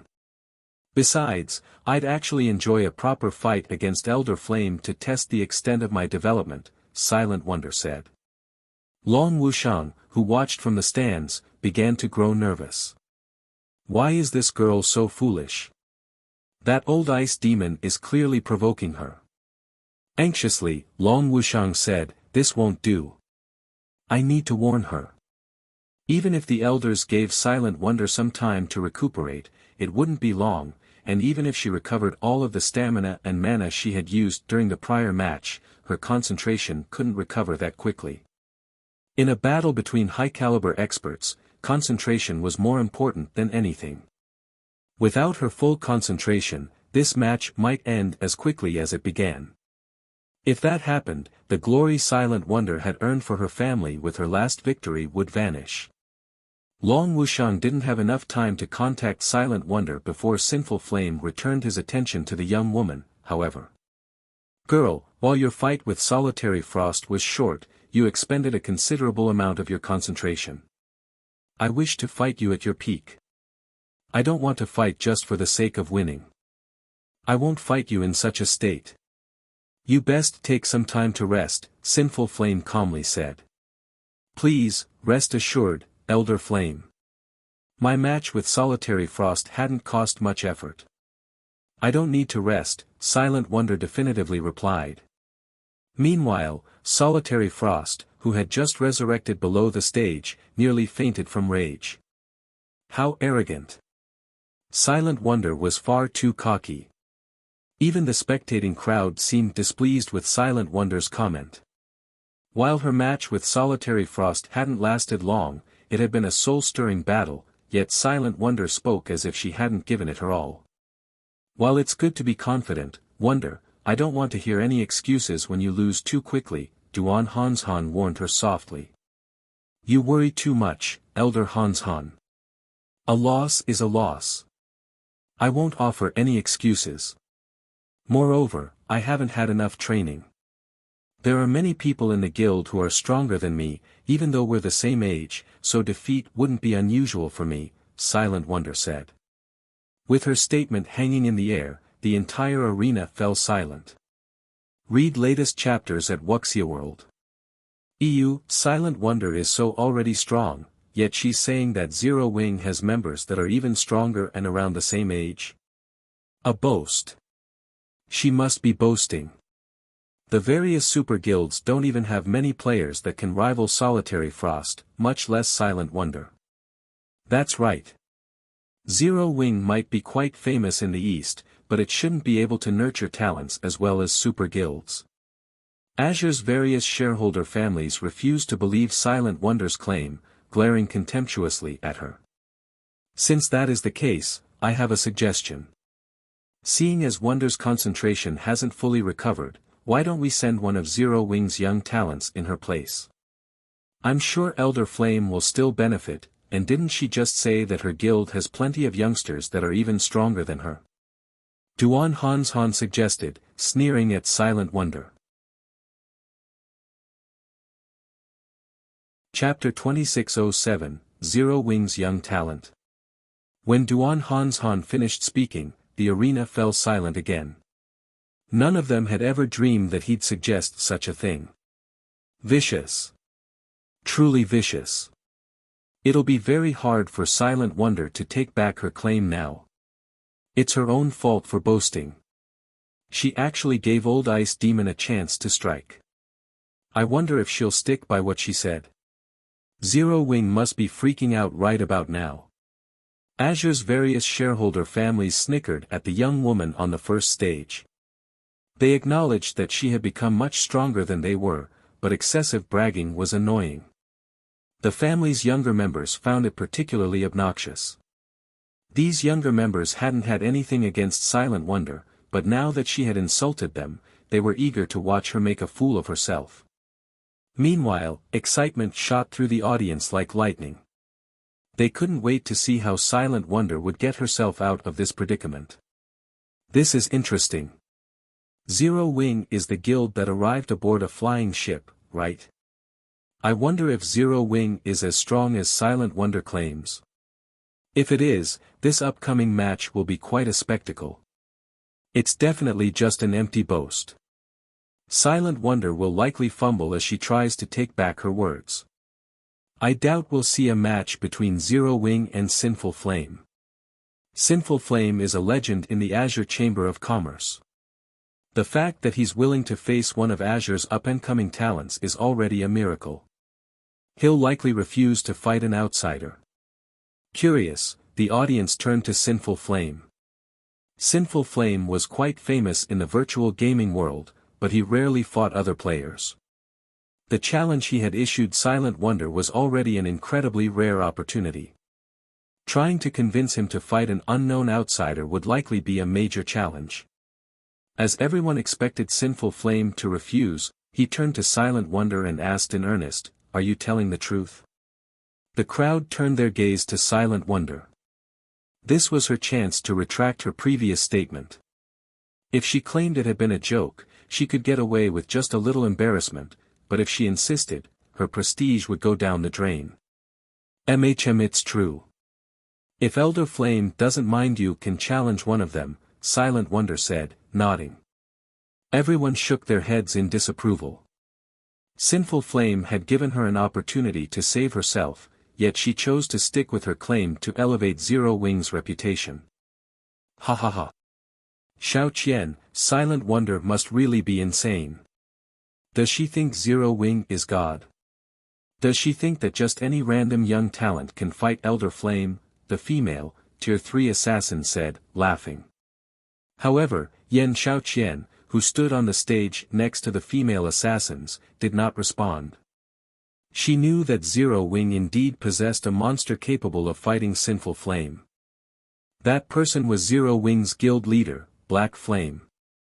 Black Flame was an individual that even Adolf, the light saint of Divine Tribe, had to treat prudently. If Black Flame wished to salvage Zero Wing's reputation, he might actually face Sinful Flame. While Silent Wonder's reply surprised the crowd, Sinful Flame's eyes glowed with excitement. He then turned his gaze toward Zero Wing's members and asked, "May I know if anyone from Zero Wing is willing to take Wonder's place?" Sinful Flame's question hadn't been loud, but every word was laced with determination and power. He was obviously serious, and there was even a hint of anticipation in his tone. What? They're really going to fight? This is interesting. I wonder who Zero Wing will send. I've heard that Zero Wing's guild leader is extremely powerful, despite being relatively young. He is also one of the top 30 experts on the God's Domain experts list. It would be awesome if these two fought each other. The audience was beside itself, all too eager to watch the upcoming match. Everyone looked up to the top 30 experts on the God's Domain experts list. However, most players didn't get the chance to meet these experts, let alone watch a match between two of them. God's Domain was incredibly large, and barring special circumstances, the top 30 experts rarely crossed paths.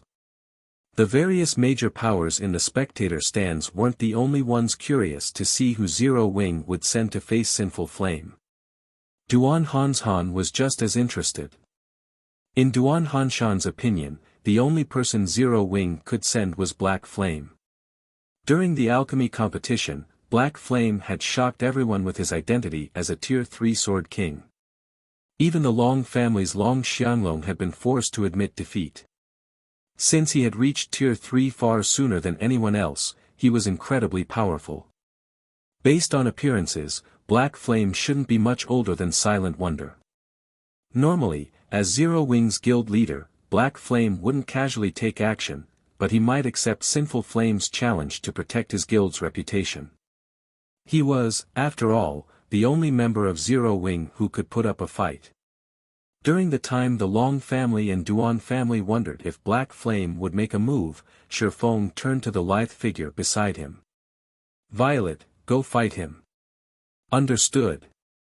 After a brief conversation, the woman beside Shifeng bounced down from the spectator stands and onto the stage. She radiated the sacred aura unique to clerics. Is Zero Wing looking down on Sinful Flame? They're sending a cleric to fight? Everyone was shocked as they watched Violet Cloud make her way to join Sinful Flame on the stage. They never thought that Zero Wing would pull such a move. Even Azure's various shareholder families were astonished. Zero Wing was insane. While the cleric class played a role in combat, battle wasn't the class's priority. Sending a cleric against Sinful Flame, Azure's publicly acknowledged strongest member, was a mockery. Although Violet Cloud hid her statistics with a black cloak, she didn't bother to conceal her appearance. Everyone could clearly see that she was much younger than Silent Wonder, still a teenager. Not only had Zero Wing sent a cleric to face Sinful Flame, but she was also just a young girl. This was a blatant insult. Zero Wing is dead for sure now. Even if Silent Wonder's boast is true, does the guild have to send such a young lady to fight? Elder Flame must be furious. The female, Tier 3 assassin covered her eyes with a hand. She could bear to watch what would happen next. Sinful Flame had always been a serious fighter, and to improve his skills, he pushed himself so hard that others thought him a lunatic. One could easily imagine how enraged Sinful Flame must be with Zero Wing mocking his strength. The man would definitely vent his anger out on Violet Cloud with a good beating. Read latest chapters at Wuxia World. Sinful Flame chose this moment to release his aura, which burst from him, spreading to his surroundings like a powerful tsunami and threatening to devour all in its path. Even Solitary Frost, who stood below the stage, felt suffocated as he bathed in Sinful Flame's aura. "So, this is our guild's strongest expert." Solitary Frost could not help his grin when he sensed the elder man's killing intent. Solitary Frost had assumed that he could put up a good fight, even if he couldn't defeat Sinful Flame. In this competition's matches, the fighter's basic attributes were equalized, after all. It would be a match purely involving combat techniques. However, looking at the man now, it seemed he had merely been dreaming. He'd be lucky if he survived a few moves against Sinful Flame, much less put up a good fight.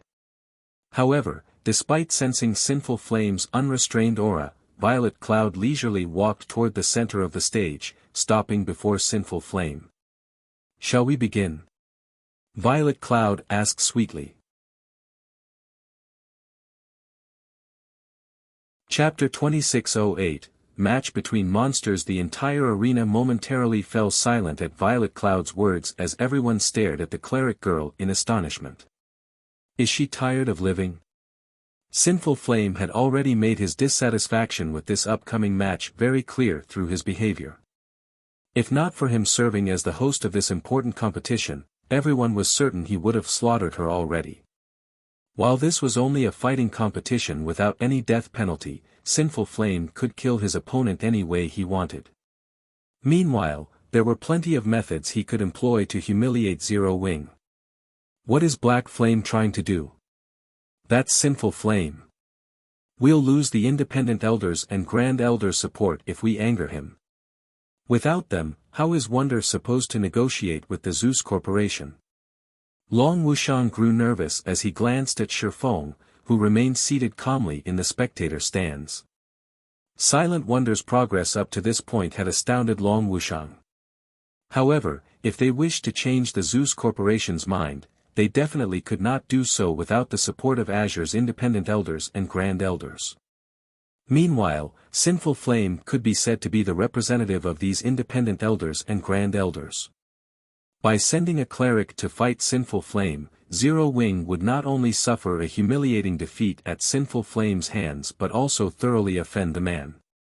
This was the height of foolishness. At this moment, let alone Long Wuxian, even the members of the other shareholder families were at a loss for words at this situation. While it might seem a little shameful, Black Flame clearly could have stepped up to fight. In that case, Sinful Flame would enjoy himself thoroughly and more or less support Silent Wonder.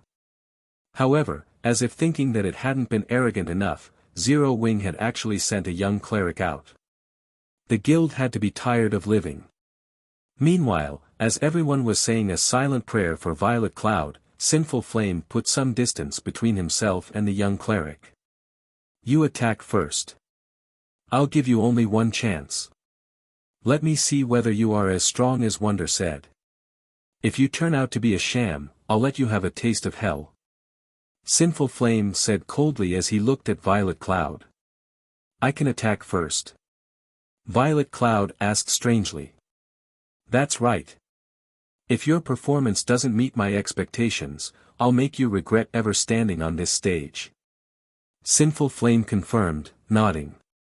Then, I'll really attack now, Violet Cloud said tentatively, seeking confirmation once more. Stop with all the nonsense. I already said I'll let you attack first, so do it. This is your only opportunity. After Violet Cloud repeatedly sought confirmation, Sinful Flame very nearly lost what little patience he had left. However, before Sinful Flame could finish his words, Violet Cloud suddenly took out her staff and started chanting an incantation. Immediately, with Violet Cloud as the center, a silvery gray, twofold magic array appeared on the stage and sucked in a massive amount of mana from the arena. After this phenomenon continued for 3 seconds, the ambient mana inside the venue had become distinctly thinner. Before anyone could react to this drastic change, 22 shadow blades appeared around Violet Cloud, rotating around her and making her look like the goddess of darkness incarnate. The cleric also released a frightening aura rivaling that of mythic monsters of the same level. Everyone inside the arena could sense their basic attributes decreasing rapidly. Is she a monster? What kind of domain skill is this? Aside from my basic attributes, I can also feel my physique getting heavily suppressed. It's as if this entire space is rejecting my existence. Everyone was stunned by this situation. After all, Violet Cloud looked nothing like a sacred cleric now but more like the embodiment of darkness. Moreover, everyone could clearly sense that the space within the entire arena currently centered around her. It was as if she could decide the life and death of everything inside the venue with just a thought. Before everyone could properly react to this situation, Violet Cloud looked at Sinful Flame, 40 yards away from her, and said, I'll start now. After saying so, she lightly waved her staff. The 22 shadow blades immediately transformed into a black hole that shot toward Sinful Flame. Bronze Combat Technique, Spatial Smash. In the next moment, everything in the wake of this black hole was reduced into nothingness. The black hole's destructive power was something not even a mythic monster of the same level could receive. A bronze combat technique?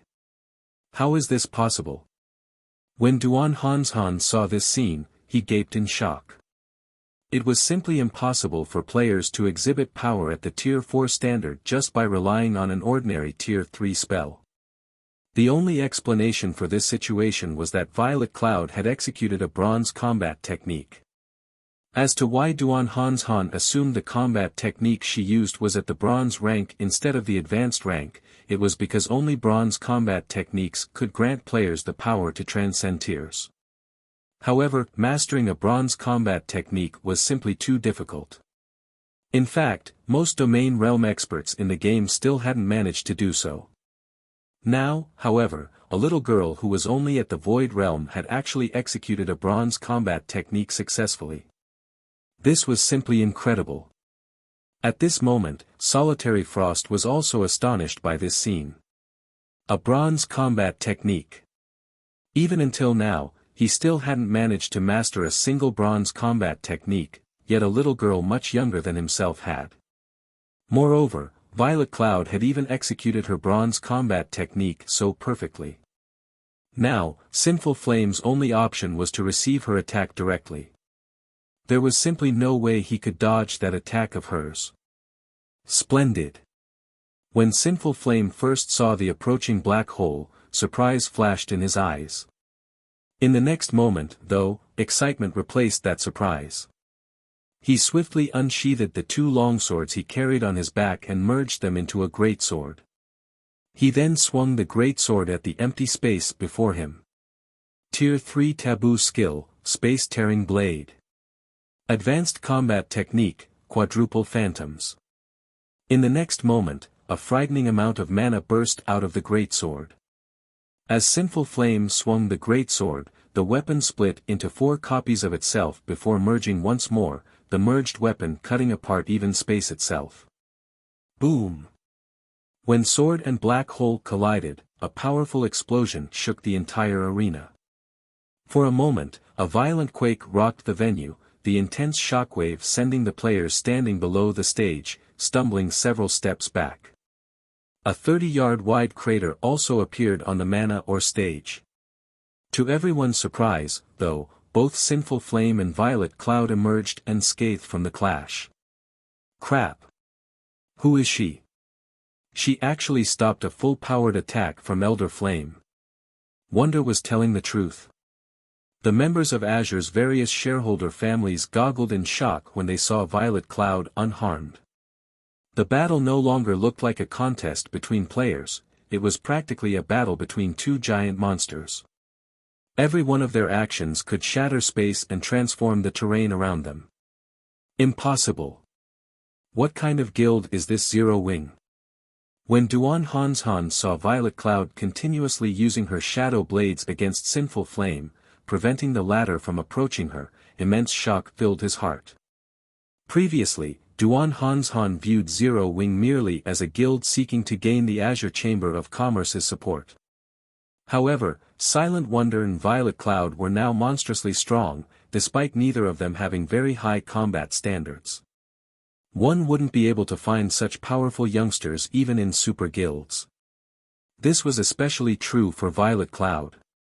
By relentlessly attacking with her shadow blades, she kept Sinful Flame at least 10 yards away at all times. This was a feat that was impossible even for Duan Hanshan, yet Violet Cloud, who was only one of Zero Wing's young talents, managed. However, as the fight on the stage intensified, the concentration both sides consumed also grew. This was especially true for Violet Cloud. Her control over her shadow blades started to decline. What a pity. Your understanding of the spiritualization realm is clearly leagues above mine. You have even given me plenty of inspiration. Unfortunately, your mental perception is still too weak. You are incapable of properly taking advantage of your superior understanding and maximizing your combat power. You are also incapable of minimizing your concentration consumption. At this rate, you'll last for at most another dozen seconds or so before being incapacitated, Sinful Flame commented while blocking Violet Cloud's relentless onslaught. This isn't an outcome I wish to see, either. Originally, I intended to save this trump card for my rematch against those two people, but I'll give you a taste ahead of time. After saying so, Sinful Flame changed his footwork, his body suddenly splitting into 12 copies of itself. Bronze footwork, Shadow Prey. In the next moment, Sinful Flame's 12 doppelgangers continuously flickered, rendering all of Violet Cloud's attacks ineffective. In the end, she could only watch as he closed in on her. However, as Sinful Flame moved increasingly closer to Violet Cloud, the shadow blades surrounding her suddenly disappeared. From an outsider's perspective, it looked as if she had given up on resisting and was waiting quietly for his arrival. What's going on? Did she give up? That's reasonable. Who could possibly stop such an attack? The fact that she lasted until now already makes her one of the top-ranking existences among the younger generation in God's domain. When the spectating crowd saw Violet Cloud apparently abandoning her struggle, none of them jeered or blamed her for doing so. It was very normal for Violet Cloud to suffer defeat.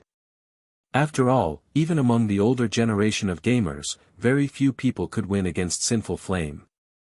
When Sinful Flame got within 15 yards of Violet Cloud, the cleric suddenly sighed and stabbed her staff into the ground. Read latest chapters at Wuxia World. Indeed, just like the guild leader said, I am no match for you when it comes to combat standards. I am also incapable of bridging the gap, even with my mana body's potential fully unlocked. It seems I have no choice but to go all out. This is a trump card that even my guild leader isn't aware of. Violet Cloud's body started radiating much denser mana than before, her mana now many times stronger than Silent Wonder's. At the same time, the suppression effect of the cleric's domain became even more frightening, so powerful that the phantom Sinful heart had summoned had decreased from 12 to 8. This sudden turn of events flabbergasted everyone inside the arena. Didn't she fully unlock her mana body already? Why is the density of her mana still increasing? Wasn't she using her mana body to fight before?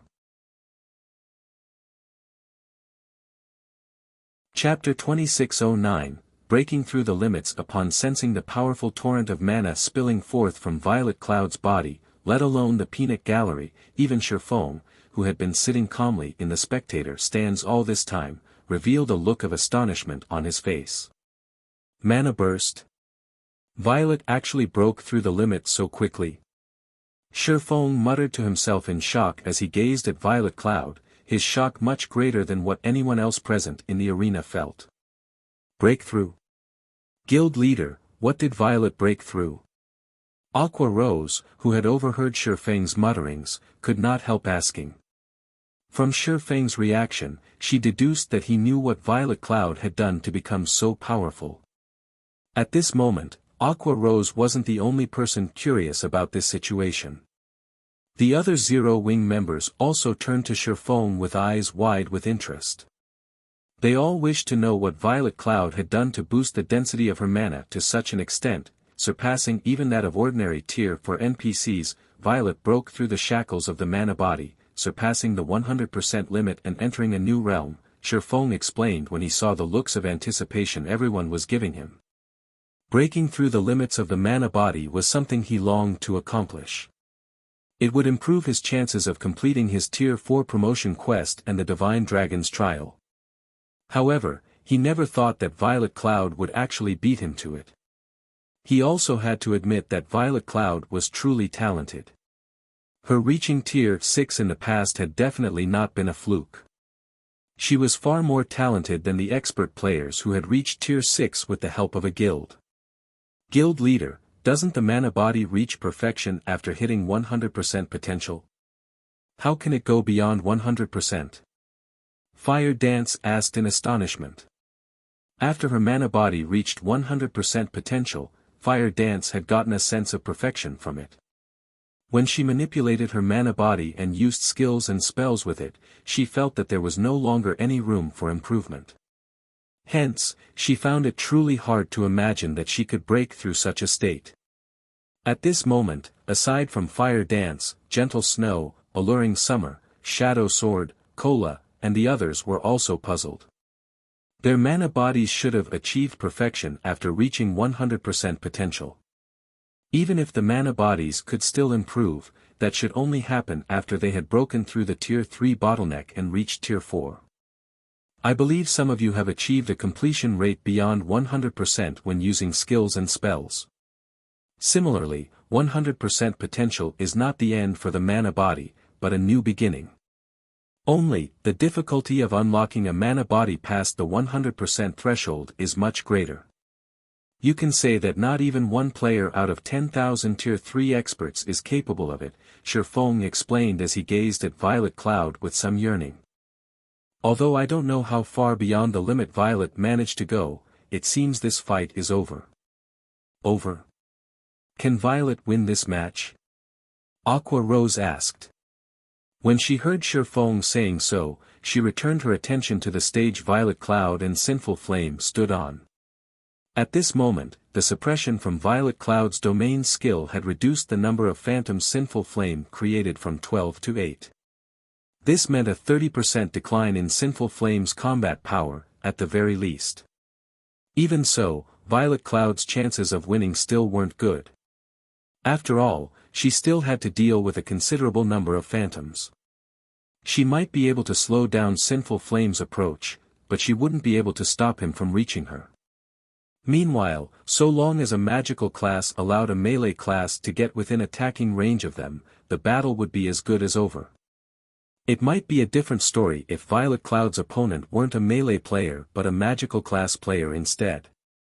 In that case, victory would definitely be possible. After all, the mana Violet Cloud currently exuded was incredibly frightening. With such mana, she could exert a powerful influence over the ambient mana around her, making it difficult for nearby magical class players to wield the ambient mana. She would have an overwhelming advantage over her opponent. Unfortunately, not only was Sinful Flame a melee player, but his class was the peak hidden class, Shadow Knight. The Shadow Knight class was like a fusion of the Assassin, Berserker, and Guardian Knight classes. It possessed the agility of Assassins, the strength of Berserkers, and the defense of Guardian Knights.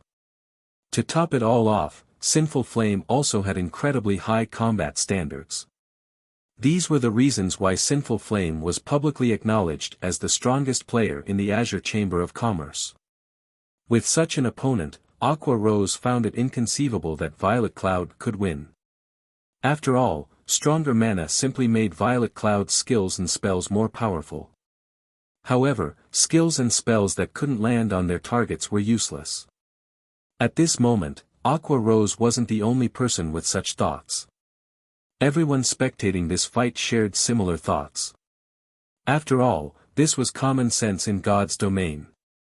While having powerful mana was indeed helpful to players, this advantage came into play mainly when dealing with monsters. Amazing! You are actually capable of elevating your combat power that much. With just this move, you can confidently seat yourself among the top 3 of God's domain's younger generation. Sinful Flame praised when he saw the eruption of mana from Violet Cloud. However, he did not stop his actions in the slightest. On the contrary, he further sharpened them instead. When Sinful Flame got within 10 yards of Violet Cloud, he split his greatsword into 2 longswords again and brandished them to create over 24 phantom snakes. Not only was every phantom snake incredibly nimble, but they also accurately struck at Violet Cloud's blind spots and vital points, leaving her no room to dodge or block at all. Tier 3 Skill, Shadow Assault. Advanced Combat Technique, Phantom Snakes. Sinful Flame had perfectly integrated his Tier 3 skill with his advanced combat technique, his attack making it seem as if more than 24 Grand Lords were attacking Violet Cloud simultaneously. Upon seeing this, everyone could not help but gasp. Is he still human? He's actually capable of launching over 24 attacks rivaling the power of a Grand Lord simultaneously. Who could possibly stop that? So, this is Sinful Flame's trademark move, technique integration. If I could learn even a portion of this technique, I would be unbeatable in a kingdom. But that girl from Zero Wing really is amazing. She's forced Sinful Flame to reveal his trademark move time after time. Even if she loses, she'll still rank at the top among God's domain's younger players. Although the members of the various spectating powers were in awe of Sinful Flame's techniques, they also felt admiration and envy for Violet Cloud. After all, despite her youth, Violet Cloud was pressuring a legendary individual like Sinful Flame. With such talent, Violet Cloud's future would definitely be dazzlingly bright. Given a few more years, she might become a legendary individual herself in the virtual gaming world. Meanwhile, when the 24 or so phantom snakes arrived within 1 yard of Violet Cloud, the cleric finally made a move. Disappear. Violet Cloud commanded in a low tone. Every phantom snake trying to attack her instantly vanished. Before anyone could react to the situation, the dense mana surrounding Violet Cloud transformed into shadow blades once more. This time, however, Violet Cloud had summoned 36 shadow blades. Moreover, every shadow blade left behind a pitch-black wake as they rotated around Violet Cloud. Spatial tears? Impossible. Everyone was stunned at the sight of the shadow blades rotating around Violet Cloud. The power of the shadow blades Violet Cloud summoned previously had merely rivaled that of Grand Lords. Only when she executed a bronze combat technique using the shadow blades had she exhibited power at the Tier 4 standard. However, executing bronze combat techniques consumed a lot of concentration. Hence, Violet Cloud couldn't execute Tier 4 attacks any time she wanted. She had to wait for an opportunity to land a decisive blow. Now, however, every one of her shadow blades carried power at the Tier 4 standard. The increase to her combat power was simply unfathomable. In other words, even without resorting to a combat technique, Violet Cloud could casually unleash attacks at the Tier 4 standard. Moreover, she now had 36 shadow blades under her command. At this moment, let alone the spectating audience, even Sinful Flame himself could not help being stunned by this situation. During the brief instant Sinful Flame was dazed, the 36 shadow blades surrounded him and stopped just an inch away from him. Now, any strange movement on his part would bring his body into contact with the shadow blades, subjecting him to a Tier 4 attack. Read latest chapters at Wuxia World. EU. However, Violet Cloud did not do anything more. She simply restrained Sinful Flame at his current position and looked at him quietly. Ha! You really hid your strength deeply, little girl. Alright, I admit defeat. Sinful Flame sighed when he saw that sneaking out of the Shadow Blade's encirclement was impossible. Previously, Violet Cloud could execute only one Tier 4 attack at a time, so he could still put up a fight. Now, however, the young lady controlled 36 Shadow Blades carrying power at the Tier 4 standard. Moreover, judging by the girl's complexion, controlling the blades apparently did not require much concentration. With this, he really had no way to continue fighting. As soon as Sinful Flame admitted defeat, the stage bell rang, signifying the end of the match. Violet Cloud's name was displayed above the stage, along with the word, winner. The entire arena fell silent as everyone stared at Violet Cloud. Chapter 26:10, Frightening Zero Wing. I'm dreaming, right? Sinful Flame actually lost. This is too absurd. Are you sure that girl's not an old monster in disguise? That shouldn't be the case. I feel that she might be a disguised NPC of Zero Wings. Otherwise, how could a measly Tier 3 player control 36 blades with power at the Tier 4 standard? It took a long time for the match's results to sink in. However, when everyone snapped out of their daze, they could not help but question this match, feeling that Violet Cloud wasn't human. Sinful Flame's strength was deeply rooted in everyone's hearts. Nobody present had believed that Violet Cloud could defeat him. In fact, they had initially doubted that she could even get him to take her seriously. However, Violet Cloud had not only gotten Sinful Flame to use his full strength but even defeated the man. Moreover, she had achieved such an overwhelming victory that Sinful Flame couldn't retaliate and had no choice but to concede the battle. The spectators couldn't wrap their heads around the thought of such a huge disparity in combat power between Violet Cloud and Sinful Flame. Sinful Flame represented the very apex of players in God's domain, yet a little girl in her teens just surpassed this apex, and had even done so in a situation where both sides possessed equal basic attributes. Violet Cloud's achievement defied common sense. While everyone present had seen geniuses before, even those geniuses had their limits. Violet Cloud could no longer be considered just a genius. After all, her achievements were simply impossible for current players. At this moment, let alone the various spectating powers, even the members of Azure found this situation unbelievable. This was especially true for Solitary Frost and Duan Hanshan, who stood below the stage.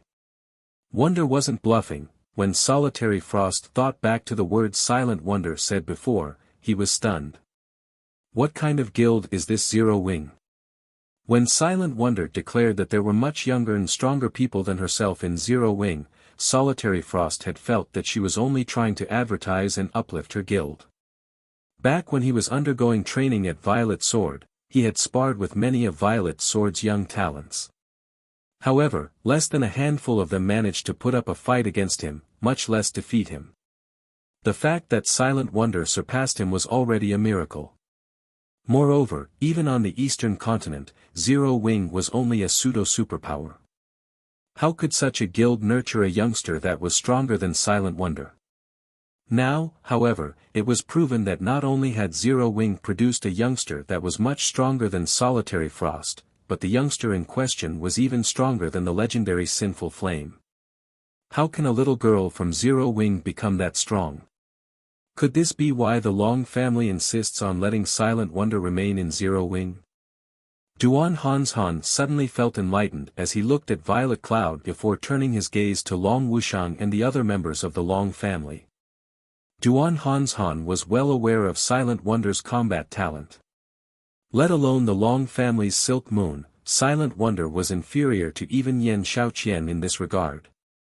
Needless to say, she was even more inferior to the combat maniac Solitary Frost. Previously, when Silent Wonder defeated Solitary Frost, Duan Hanshan could still dismiss the feat as a result of Silent Wonder having an epiphany. After all, while Silent Wonder's talents were inferior to those of the other prodigies of Azure, she was still undoubtedly a prodigy herself. It wouldn't be strange for her to raise her combat power by a large margin after gaining fresh insight. However, Violet Cloud's performance forced Duan Hanshan to conclude that Silent Wonder's sudden growth shouldn't have anything to do with gaining enlightenment at all. Instead, Zero Wing was most likely the cause. After thinking up to this point, Duan Hanshan started pondering on new plans. For Azure's various shareholder families, the younger generation represented their future. The members of the younger generation would also serve as the guild's representatives in the future. Hence, nurturing the younger generation in Azure was of paramount importance. In virtual reality games, so long as one had sufficient strength, there wouldn't be a need to worry about lacking a path. This was especially true in God's domain, which functioned as a second world for humans. God's domain could even extend the lifespan people could experience by a large margin. For people with strength, God's domain's appearance represented the start of a golden era. This was also the reason why Azure's various shareholder families were desperately trying to retain the Zeus Corporation support. In God's domain, strength was the foundation of everything. Without strength, one would be nothing. However, while Duan Hanshan was having such thoughts, Long Wuxiang, who stood some distance away from him, remained in a daze. At this moment, complicated feelings roiled Long Wuxiang's heart. He simply did not know whether to cry or laugh. Not only had Silent Wonder won against Solitary Frost and shone brightly in the family competition, but she had even received a challenge from Sinful Flame, which boosted the opinion of Azure's independent elders and grand elders of her. Now, Violet Cloud had even beaten Sinful Flame, a feat nobody had ever dreamed of accomplishing. Zero Wing's ability to nurture talents truly surpassed Long Wuxiang's imagination. With Zero Wing's help, the Long family might really be able to do without the Zeus Corporation's support. After all, the Long family had funds aplenty. What they needed were only the Zeus Corporation's various resources and connections. When Long Wuxiang thought back to how he was planning to negotiate with Zero Wing to have it stop hindering Silent Wonder's future, he found his thoughts laughable. Meanwhile, as everyone was expressing doubt and astonishment over this match, Sinful Flame walked up to Violet Cloud. "I don't care what others say, I am sincerely convinced of my loss," Sinful Flame said earnestly as he looked at Violet Cloud. "Only, may I ask you a question?" "What is it?" Violet Cloud asked. Since Sinful Flame was so open-minded about his defeat, she did not refuse his question. Upon hearing Violet Cloud's response, Sinful Flame quickly asked, "How did you manage to elevate the density of your mana to such an extent just now? Didn't you fully unlock your mana body already?" He was filled with curiosity about Violet Cloud's sudden transformation. At the start of the fight, he had already sensed the mana Violet Cloud's body radiated, which made him absolutely certain she had fully unlocked her mana body already. The spells she used later on only served to confirm his conjecture. However, at the end of the match, the density of the mana she radiated and the power of her spells had further increased by a large margin. He simply couldn't understand how she had accomplished this feat. It's nothing. I just managed to break through the 100% limit of my mana body, hence, I was able to release much stronger mana, Violet Cloud explained calmly. The fact that the mana body could be unlocked past the 100% threshold wasn't much of a secret. In her opinion, it was only a matter of time before an expert like Sinful Flame accomplished this feat as well. After all, if even she could break through the 100% limit, there was no way Sinful Heart, who boasted much higher combat standards than she did, could not. She had managed to do so much sooner than Sinful Flame only because of the many resources Zero Wing had provided. You can actually unlock the mana body past the 100% threshold? Sinful Flame exclaimed in surprise. Currently, he was already close to unlocking 100% of his mana body's potential. In his opinion, 100% should mean perfection. Moreover, the system should have set it to be so, as well. It never occurred to him that the mana body could be unlocked beyond 100%. Violet Cloud's words opened the doors to a whole new world for him. Then, is there anyone else in your guild that has managed to exceed 100%? Sinful Flame asked. Having experienced the strength players would gain from having a mana body unlocked beyond the 100% threshold, he knew that such players wouldn't be capable of truly fighting against Tier 4 existences. However, they would still be those to rivaling Tier 4 existences and were on a completely different level from ordinary Tier 3 existences. I don't know, but there are a few other people who are roughly equal in strength with me. There are also quite a few people stronger than me, Violet Cloud replied after giving the matter some thought. There are still a few others that are stronger than you. Sinful Flame reflexively turned to look at Shifeng and the other Zero Wing members seated in the spectator stands, when he heard Violet Cloud's words. He suddenly felt as if his worldview was collapsing. Violet Cloud was already inhumanly strong, yet Zero Wing actually had a few more experts that were stronger than her. Just what kind of guild was Zero Wing? Read latest chapters at Wuxia World. EU. However, the discussions did not continue for long before Azure's family competition resumed. Only, the subsequent matches paled in comparison to the first two matches of this competition. And to everyone's disappointment, nothing surprising occurred. In the end, Silent Wonder won first place in the competition, Solitary Frost came in second, with Yan Shaoqian in third, and Burning Owl in fourth. The Long family thoroughly occupied the spotlight for the competition this time. Many of Azure's independent elders and grand elders even started engaging Silent Wonder in small talk, the scene rendering the members of the other shareholder families speechless. Some families were even wondering if they should approach the Long family. Solitary, what should we do? How do we explain this to the instructor? Yan Shaoqian asked Solitary Frost, who was standing quietly beside her, when she saw Silent Wonder surrounded by Azure's independent elders and grand elders. What else can we do but tell the truth? Solitary Frost sighed. If you are afraid of telling him, I'll do it. Following which, Solitary Frost contacted Violet Sword's instructor Tori and braced himself to report everything that had happened in the family competition.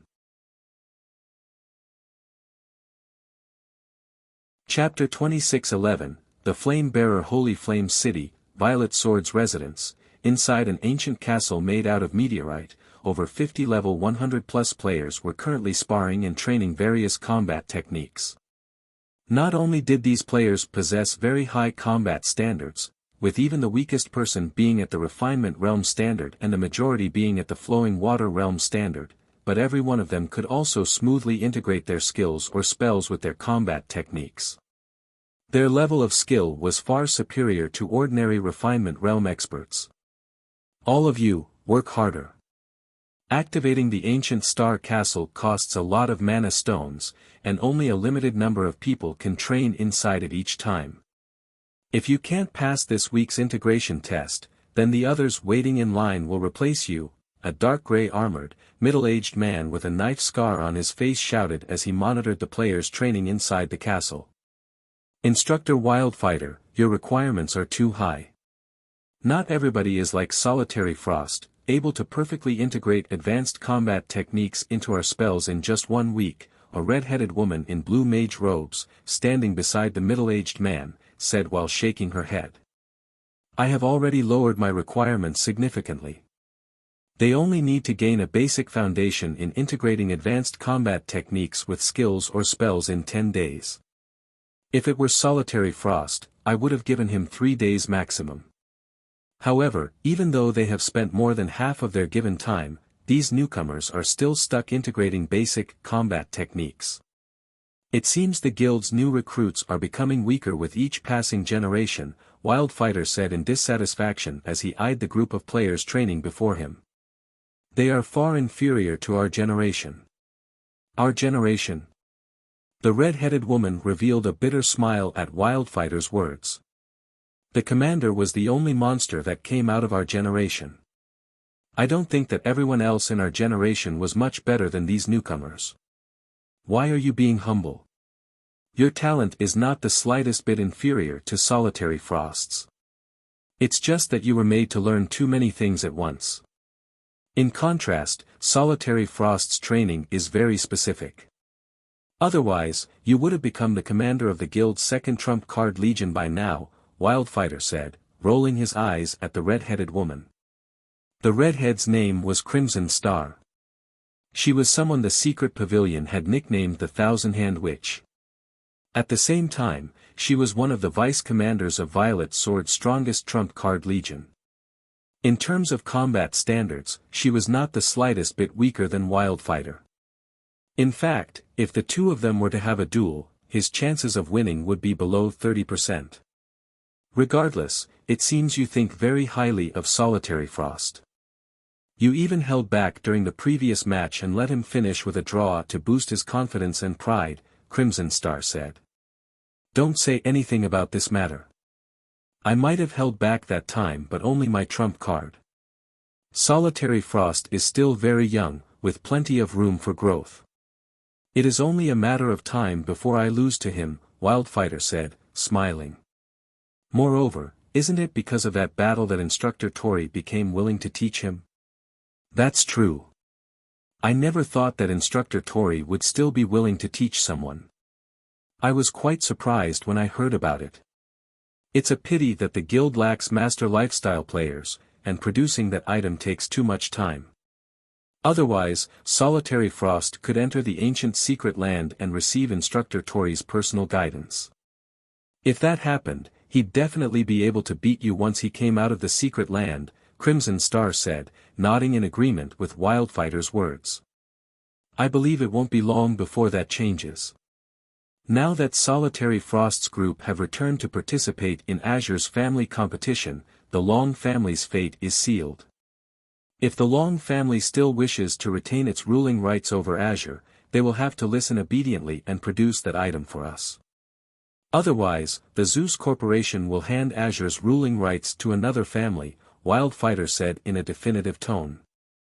I heard that the Long family has a very powerful genius called Silk Moon. Her strength has always been second to only Solitary Frost. If Silk Moon secures second place in the competition, the Long family might not submit to us, Crimson Star commented. Rest assured, Instructor Tori personally provided Yen Xiaoqian with guidance and helped raise her strength considerably. So long as Silk Moon hasn't reached the domain realm yet, she'll be no match for Yen Xiaoqian, Wildfighter stated confidently. Solitary Frost might be an exceptional genius, but Yen Xiaoqian wasn't much inferior to him either. Only, she devoted much of her time to alchemy, so she couldn't capitalize on her talent in combat. However, after receiving guidance from Tori, her strength had definitely reached the peak of Void Realm experts. I don't know whether Silk Moon has reached the domain realm or not, but I stumbled across a rumor stating that the Flame Bearer is instructing Silk Moon. While I still haven't confirmed the specifics of this information, the friend I got it from says the source is reliable, so there's a 90% chance that it's true, Crimson Star warned. What? Silk Moon actually caught the eye of the Flame Bearer? How is that possible? Even when Instructor Tori personally requested the Flame Bearer to guide the commander, the Flame Bearer still rejected his request. How could that little girl catch the Flame Bearer's eye? Wildfighter was surprised at the information Crimson Star revealed. The Flame Bearer was a legend of sorts in the virtual gaming world.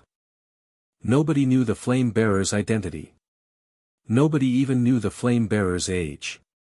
However, there was no doubt about the Flame Bearer's existence, as the Flame Bearer was responsible for nurturing quite a few of the virtual gaming world's shining stars. According to rumors, even Mythology's guild leader had received guidance from the Flame Bearer, which enabled him to surpass his peers and develop Mythology into one of the 5 great super guilds.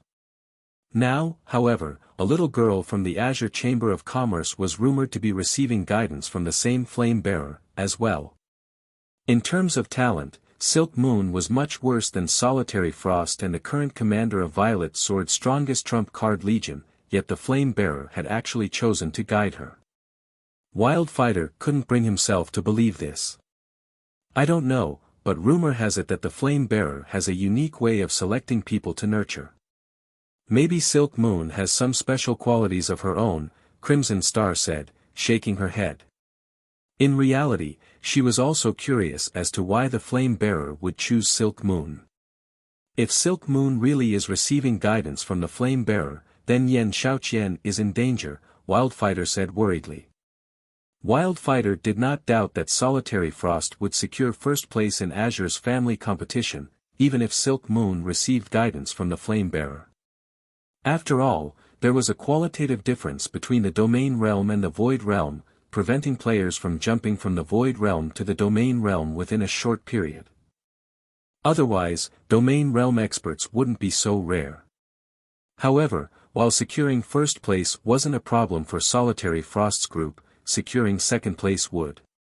After all, Yan Xiaoqian still hadn't reached the Domain Realm yet. While Wildfighter and Crimson Star were having their quiet discussion, a white-haired old man entered the training hall. Upon noticing this old man, Wildfighter and Crimson Star promptly went up to greet him. This was because this old man was none other than Instructor Tori, a legendary figure in Violet Sword. However, as soon as Tori arrived, a chilly aura filled the training hall. Even Wildfighter and Crimson Star shuddered involuntarily upon sensing this aura. Instructor Tori, didn't you send Solitary Frost's group to take part in Azure's family competition? Did something happen? Wildfighter asked, curious. Judging by the chilling aura Tori released, he could tell that something was amiss. I went but had to leave for some business. However, as soon as I was done with my work, I received a message from Solitary Frost stating that they lost in Azure's family competition. Someone from the Long family secured first place. Tori snarled. They lost? Solitary Frost lost? How is that possible? Wildfighter was stunned by Tori's words. He promptly asked, could it be the Long family's Silk Moon? No. I heard that it's the Long family's second young lady, Silent Wonder, Tori replied, shaking his head. It's not Silk Moon. Wildfighter's eyes widened in shock at this revelation. For a moment, he suspected that Tori was lying to him. Isn't Silent Wonder an alchemy expert? Moreover, according to previous reports, she's only at the Flowing Water realm. How could she possibly win against Solitary Frost? In a competition where only combat standards mattered, how could a Flowing Water realm expert defeat a Domain realm expert? Now that the Long family has secured first place, doesn't that mean they will have a stable hold on Azure's ruling rights? Crimson Star asked, frowning. Master lifestyle players were crucial for Violet Sword's development, especially Master Alchemists. Meanwhile, Silent Wonder, who was only half a step from becoming a Grandmaster Alchemist, was someone Violet Sword urgently needed. You don't need to worry about that. I believe the Zeus Corporation will deal with this matter. When the time comes, the Long family will have to submit, even if they don't want to, Tori said coldly. However, Solitary Frost's group has truly disappointed me. They actually lost to a little girl who hasn't even reached the domain realm yet. It seems I have been too lenient toward them. After they return, tell them that they don't have to meet me. Have them properly reflect on themselves. He had never once worried about Violet Sword's plan failing. Moreover, he never imagined that the group would lose to someone with significantly inferior combat standards despite him providing Solitary Frost and the others with direct guidance. This was simply humiliating. Read latest chapters at Wuxia World. EU Wildfighter was shocked when he heard Tori's words. Hurriedly, he tried to persuade Tori, saying, "Instructor Tori, isn't this a little," however, before Wildfighter could say anything more, a Tier 3 assassin rushed toward them. Reporting, someone calling themselves Zero Wings Guild leader has arrived outside our residence and wishes to negotiate with our guild's upper echelon regarding the Azure Chamber of Commerce's matters. Do you wish to meet him? The Tier 3 assassin said respectfully. Zero Wing. Isn't that the guild's silent wonder has been staying at all this time? Wildfighter commented, his curiosity piqued. What are they here for? Could they be here to convince us to change our plans for Azure? An unknown guild wants to meet us. What kind of guild do they take Violet Sword for? Glaring at the Tier 3 assassin, Tori ordered coldly, tell them to get lost. Chapter 26:12, Negotiation Qualifications. Tori's harsh rejection drove a chill down everyone's spines. The players in the hall felt an intense pressure bear down on them, and some of the refinement realm trainees could barely even move. Instinctual fear welled within the Tier 3 assassin that had reported Zero Wing's arrival.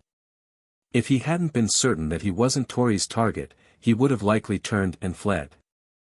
Instructor Tori has such high hopes for Solitary Frost's group. Crimson Star was surprised to see the frosty look on Tori's face. Tori had stopped teaching people over a decade ago. She and the current commander of Violet Sword's strongest trump card Legion had been a part of his last student group. The commander had been Tori's favorite pupil. Tori had even gone to great lengths to seek the Flame Bearer's help in training the commander.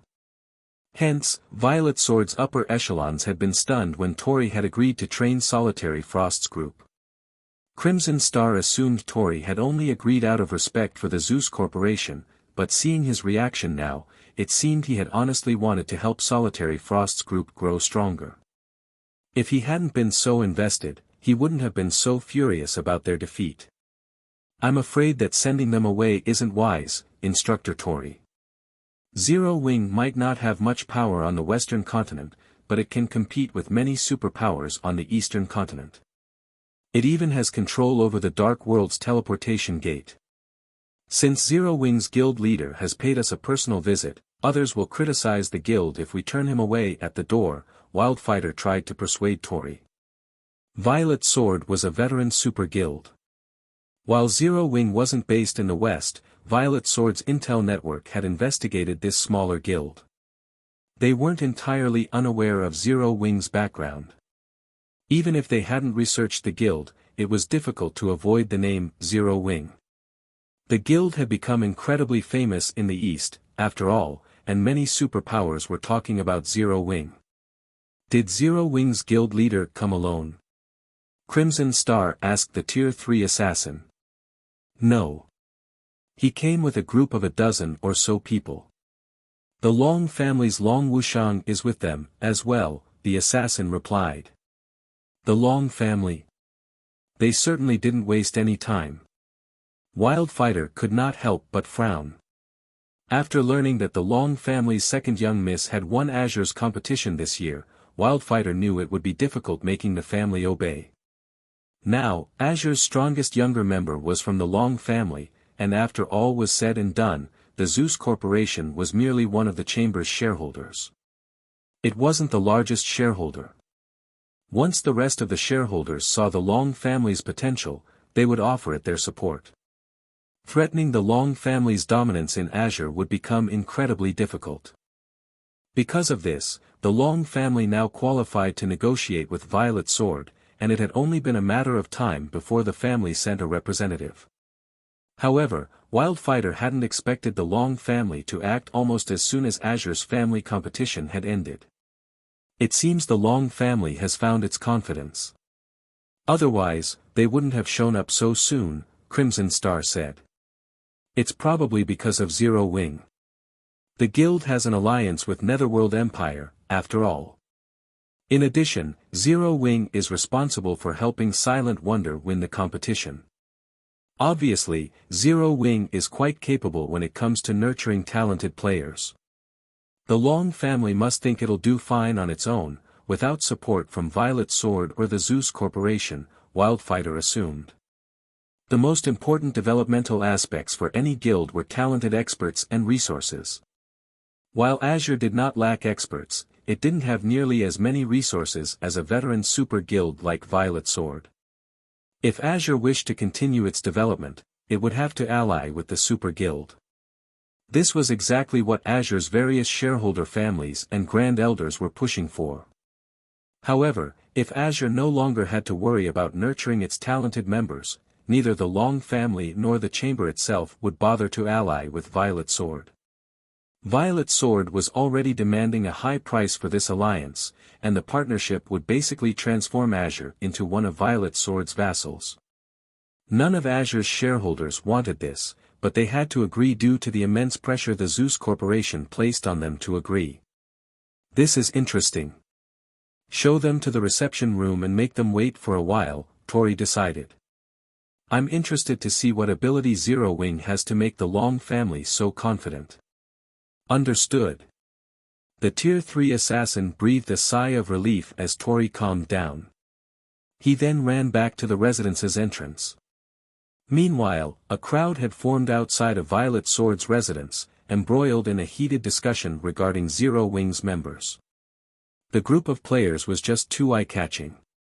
Two gigantic flying mounts stood behind Zero Wing's members, an eagle, with arcs of electricity dancing across its body, and a skeletal dragon, radiating bursts of cold. Both flying mounts had auras on par with Grand Lords of the same level, and when they stood side by side, they were impossible to ignore. Crap! Who are these people? They actually have two mounts that rival Violet Sword's Netherflame Eagle. What an amazing guild! Violet Sword only has two extraordinary flying mounts, yet these people have two, as well. At this stage of the game, flying mounts were still unattainable for most of God's Domain's players. Even the various large guilds only had a few flying mounts, and most of those were common. Even so, it was enough to allow them to flaunt their strength. Meanwhile, the various super guilds would go crazy for extraordinary flying mounts, which could hold their own against Grand Lords of the same level. Not everyone could say the same. Even most Tier 3 experts would have to flee from such a monster.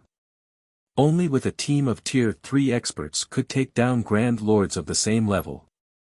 However, not only could a guild easily hunt Grand Lord ranked field bosses with an extraordinary flying mount, but they could also broaden their sphere of activity, visiting far more dangerous locations in search of resources. While passers-by quietly discussed Zero Wing's two flying mounts, Long Wuxiang, who waited at the entrance to Violet Sword's residence, began to grow nervous. He had never thought Shifeng would go through with his claim and travel to Violet Sword as soon as Azure's family competition ended. The swordsman hadn't even given Violet Sword any time to calm down after learning of its defeat. The competition's outcome had as good as ruined the Zeus Corporation and Violet Sword's plans to take control of the Azure Chamber of Commerce. Needless to say, they'd be furious, and they'd definitely blame Zero Wing, the guild that had played a major role in foiling their plans. Although the Long family and Zero Wing now qualified to negotiate with Zeus and Violet Sword, they shouldn't push for negotiations while the other side was still fuming. Not only would they fail to change the corporation and super guild's minds, but they might make the situation worse. Wonder, can you persuade your guild leader? I know he wants to negotiate with Violet Sword, but he shouldn't do so during such a precarious time, Long Wuxiang whispered to Silent Wonder. At this rate, not only will negotiations fail, but Violet Sword might end up hating us. We'll lose our advantage in Azure. Azure's elders and grand elders did not particularly mind whether Azure partnered with Violet Sword or not, but becoming enemies would be a different story. If that happened, everything would be over for the Long family. Too many of Azure's key resource areas were located within Violet Sword's territories, among others. If Violet Sword decided that it no longer cared about those resource areas, the other super guilds wouldn't hesitate to fight to claim the areas. "I'll try my best," Silent Wonder said. She agreed with her elder's sentiments. Zero Wing had barely any power in the West, while Violet Sword could easily deal a major blow to the Azure Chamber of Commerce. Furthermore, Zero Wing couldn't avoid Violet Sword if it wished to develop on the Western continent. She did not wish to see her guild face Violet Sword's wrath over her. However, just as Silent Wonder was about to approach Shifeng, a Tier 3 assassin emerged from Violet Sword's residence and walked up to Shifeng, apologizing, "Sorry for the long wait, guild leader Black Flame. Please, follow me." "Alright," Shifeng replied, putting away his Thunder Eagle. He then followed the assassin into the residence, giving Silent Wonder no chance to intervene. Upon entering the Super Guild's residence, both Long Wuxiang and Silent Wonder were stunned. Not only were the Violet Sword members in the residence very high-leveled, but quite a few of them were also Tier 3 experts. Moreover, they spotted over 100 refinement realm experts with a glance. When they reached the castle that acted as the residence's core, they were even more stunned as they felt such dense mana that it had condensed into a white fog. The entire castle felt ancient. All of the Super Guild's members who entered and left the castle radiated astonishingly powerful auras, while quite a few were even stronger than Azure's young geniuses.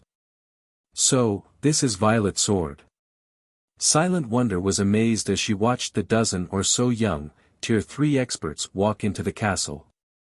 Even a random group of players had so many refinement realm and flowing water realm experts.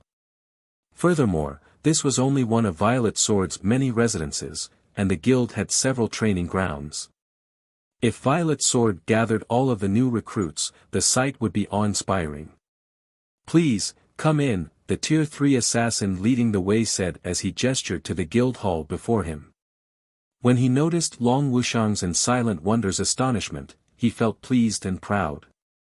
Overall, Violet Sword might not be as powerful as the 5 great super guilds, but it was just as capable of nurturing talented players, which the guild was quite proud of. No ordinary super guild could compare. After a moment, the Tier 3 assassin led Shifeng and his companions into the top-floor reception room in the guild hall. Read latest chapters at Wuxia World. EU3 players, Tori, Wildfighter, and Crimson Star, already waited in the room. However, none of them bothered to conceal their auras, and the combined energy felt stifling. They were obviously trying to intimidate Zero Wing's representatives. Sure enough. Long Wuxiang could not help but shake his head when he saw the 3 people. He knew these negotiations wouldn't end well. There wasn't even a point in continuing this facade. The pressure of their combined auras was simply too powerful. Even peak experts would struggle to breathe in the reception room, much less weaker players. In Long Wuxiang's opinion, aside from Shifeng, Silent Wonder, and Violet Cloud, withstanding these aggressive auras would be troublesome for their party. Meanwhile, the Tier 3 assassin from Violet Sword sneered at this sight. Zero Wing might be a pseudo-superpower, but Violet Sword was no ordinary super guild, and Zero Wing had no place trying to instigate negotiations on a whim. "This room is really stuffy. Aqua, why don't you guys remove your cloaks? It'll be cooler for you that way," Shifeng calmly suggested, never taking his eyes off of Tori and his 2 comrades. Chapter 26:13, Astonishing Statistics. Zero Wing's potential. Hearing Shifeng's suggestion, the Tier 3 assassin continued to sneer at the group.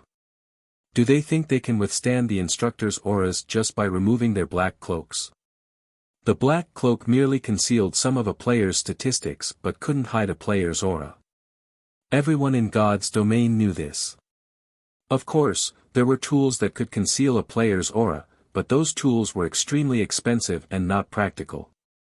Furthermore, expert players could conceal their auras with their own skills. They didn't have to rely on such tools.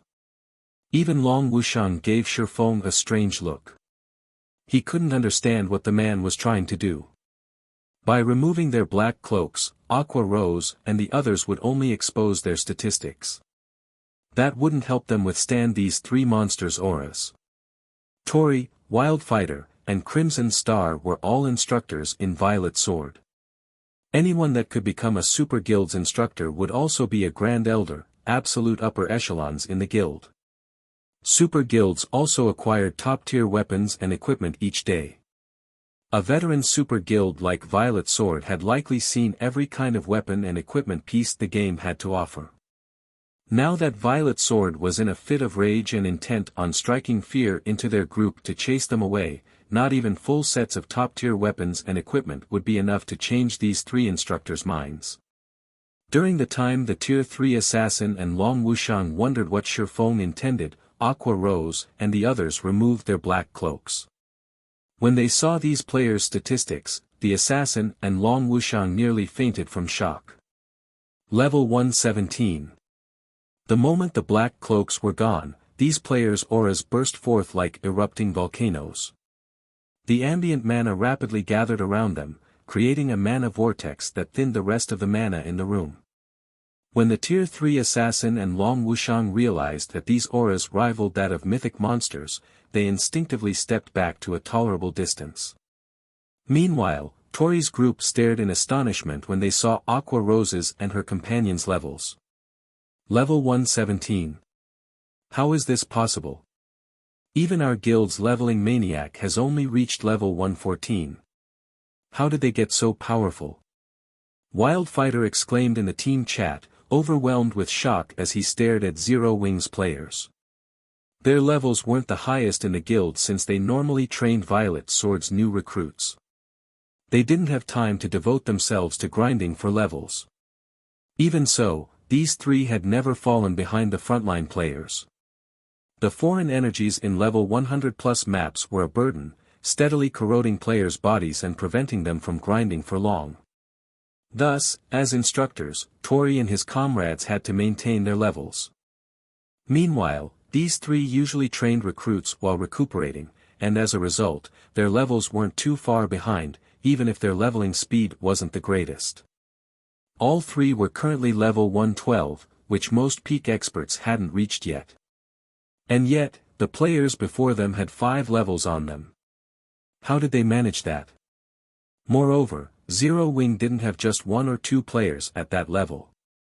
All 8 members, who had removed their black cloaks, had reached level 117. No, I can sense that all of these people have fully unlocked their mana bodies.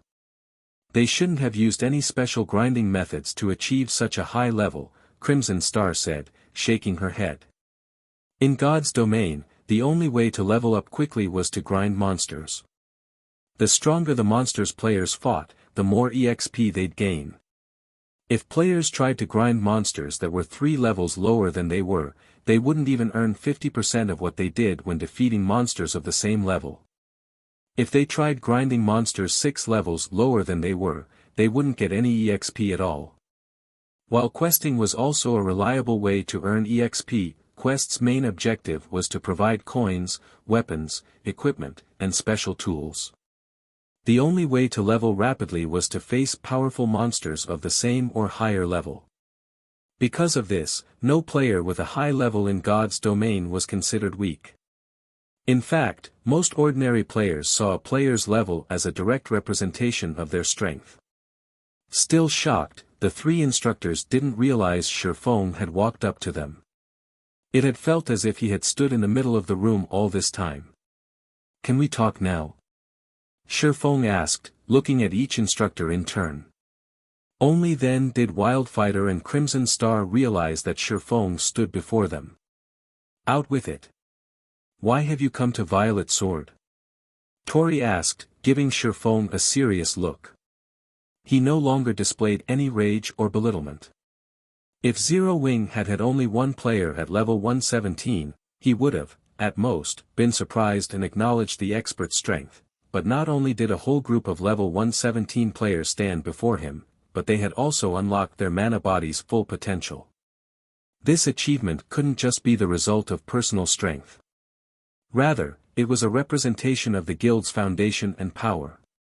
Since Zero Wing had so many high-leveled experts with fully unlocked mana bodies, the guild earned his basic respect. After seeing Silent Wonder and the others himself, Tori also understood why Silent Wonder had defeated Solitary Frost. There wasn't much of a difference between the basic attributes of a player with a fully unlocked mana body and one without, but there was a colossal difference between their combat power. It was almost the difference of half a tier, which wasn't a gap that could be shortened with combat standards and techniques. Although Solitary Frost was a domain realm expert, he was still quite young. He did not have much experience fighting opponents with more raw power. Hence, suffering defeat wasn't all that strange. "You're surprisingly frank, Instructor Tori." "In that case, I'll just come out with it," Shifeng said, smiling at Tori, who had paid close attention to him since the moment he entered the room. "I'm here to discuss Silent Wonder's situation. Guild leader Black Flame, if you wish to insist that she's a member of Zero Wing, not Azure, and thus doesn't need to develop in Violet Sword, don't bother. I will suggest that my superiors leave Silent Wonder alone," Wildfighter said. Zero Wing didn't have much power on the Western continent, but its potential was incredible. Becoming this pseudo-superpower's enemy over Silent Wonder would be truly unwise. Besides, Violet Sword could still follow through with its plans, even without a half-step Grandmaster Alchemist like Silent Wonder. At worst, their plans might take more time to complete. Moreover, the Zeus Corporation was the main reason that Violet Sword had insisted on obtaining Silent Wonder, and the corporation had simply made the demand because the Long family had refused to cooperate fully with Zeus's plan to unify the powers under its command. The Zeus Corporation only wanted to make an example out of the Long family and was using Violet Sword to do so. Long Wuxiang was stunned to hear Wildfighter give in so quickly. The matter had been dealt with, just like that. The Long family had negotiated with the Zeus Corporation and Violet Sword many times, yet the two had refused to concede. They had even gone as far as to use Azure's ruling rights to threaten the family. And yet, Shifeng had just visited Violet Sword's residence for the first time, briefly mentioned Silent Wonder, and Wildfighter had agreed to part with her. Long Wuxiang felt as if he stood in the wrong guild's residence. Even Silent Wonder's mouth hung open in shock.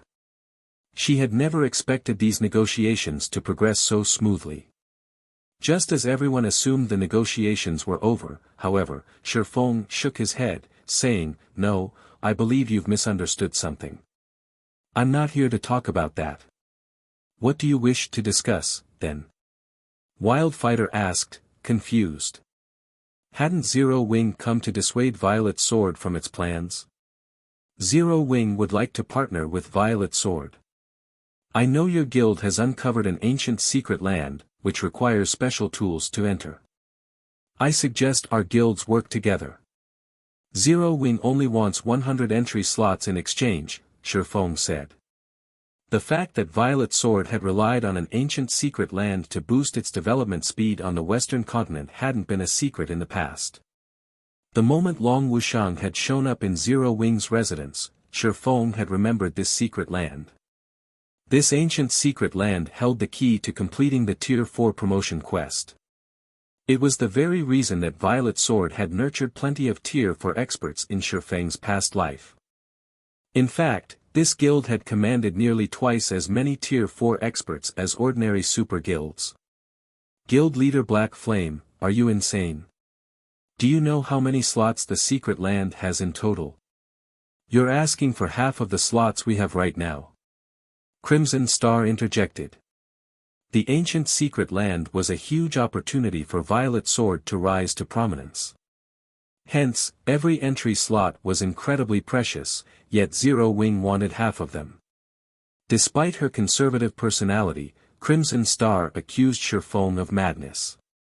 Read latest chapters at Wuxia World. Shifeng was merely offering the help of an advanced master alchemist. It wasn't as if Violet Sword didn't have any of its own. What if I promise that I can help you capture the ancient secret land? Shifeng unhurriedly said, chuckling. Capture it? What kind of place do you think it is? Are you going to capture an ancient secret land with just 10 experts with fully unlocked mana bodies? Crimson Star mocked, smirking.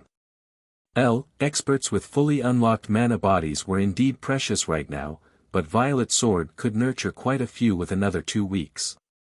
Many of the Super Guild's experts had already made considerable progress, and the Violet Sword was more than capable of capturing the ancient secret land without Zero Wings experts. At most, doing so might take another 2 weeks. What if I offer the help of 100 Tier 3 experts with fully unlocked mana bodies? Shifeng asked, flashing Crimson Star a smug smile. Chapter 26:14, Ancient Secret Land, Priority Pick. 100 experts with fully unlocked mana bodies. Silence dominated the room after Shifeng's question.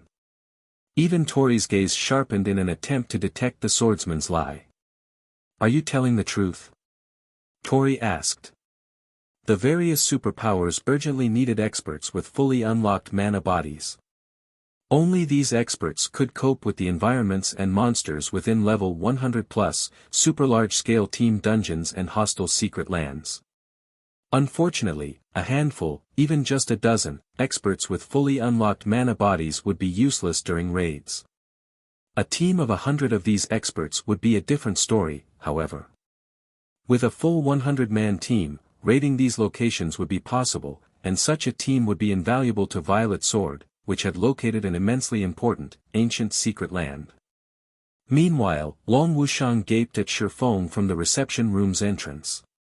He had never dreamed that Zero Wings foundations were so frighteningly sturdy. 100 experts with fully unlocked mana bodies. With these 100 experts, no superpower would dare provoke Zero Wing, even if it didn't have much power in the West. If these 100 experts decided to retaliate in the fields or cause a scene in a guild city, the targeted superpower would definitely suffer. Of course. I wouldn't have come all the way here, otherwise, Shifeng confirmed, nodding. Although Zero Wing only had a little over 24 experts with fully unlocked mana bodies right now, many of the guild's Tier 3 Refinement Realm experts had already reached 85% or higher thanks to the Lost Town special environment. At most, Zero Wing would need 3 more days to gather a full 100-man team. The raid on the ancient secret land wouldn't begin immediately. Violet Sword would need some time to prepare. Without the necessary tools, players wouldn't survive in the secret land, and by the time those tools were ready, Zero Wing should have all the experts it promised. Hence, Shifeng didn't consider his statement to be a lie. Tori and the other 2 instructors fell silent after hearing Shifeng's reply. Are we actually going to agree to his offer, Instructor Tori? This ancient secret land is likely unique in God's domain. You already know how astounding the environment is for training. Black Flame is too greedy. We have already split half the entry slots with mythology. If we give another 100 entry slots to Zero Wing, we'll have less authority there than mythology, even if we retain a spot, Wildfighter asked Tori in the team chat. The ancient secret land had a strict entry limit. It was more like an ancient city, isolated from the outside world, than a true secret land. As long as players defeated the trial boss, they'd become ordinary citizens in the city, enjoying the city's various benefits. To monopolize this secret land, Violet Sword had partnered with mythology, and both guilds had dispatched large armies to barricade the entrance, preventing other powers from entering. Each guild would then occupy half of the available entry slots. Violet Sword had gone to great lengths to secure 200 entry slots, yet Zero Wing wanted 100 for helping the Super Guild defeat the trial boss. No matter how one looked at it, this didn't seem like a worthwhile transaction. Given another 2 weeks, Violet Sword would be more than capable of taking the trial boss down by itself. The Super Guild didn't need any of Zero Wing's help. Crimson Star nodded in agreement to Wildfighter's comment. Guild Leader Black Flame, while your proposal is tempting, you demand too much. I can offer a maximum of 10 entry slots, not one more, Tori said after giving the matter some thought. Even without your help, we will capture the secret land. It only may take us a few days longer. You might be right, but as far as I know, Violet Sword isn't the only power in control of the ancient secret land. Just one day could make a massive difference. I'm sure you're aware of this, Instructor Tori. Moreover, I don't just want 100 entry slots. I also want priority over one of the items the trial boss drops, Shifeng coolly declared, nodding. Long Wuxiang could only stare at the swordsman, utterly flabbergasted. How was this supposed to be a partnership negotiation? Violet Sword had clearly stated that it would succeed, with or without Zero Wing, but instead of reducing his demands, Shifeng had asked for even more, setting his sights on the trial boss's loot. He was simply insane. You're correct. We're not the only guild in control of the ancient secret land right now, but you can't ally with the other guild, can you? Zero Wing has offended mythology often in the past, Wildfighter countered with a grin. Violet Sword is Zero Wing's only prospect for an alliance. We're already being quite generous by offering 10 entry slots. If you don't like it, you'll have to find another way to enter the secret land. Zero Wing's conflict with mythology was no longer fresh news. If mythology hadn't been the only other guild to control the ancient secret land, Violet Sword might have conceded to Shifeng's demands.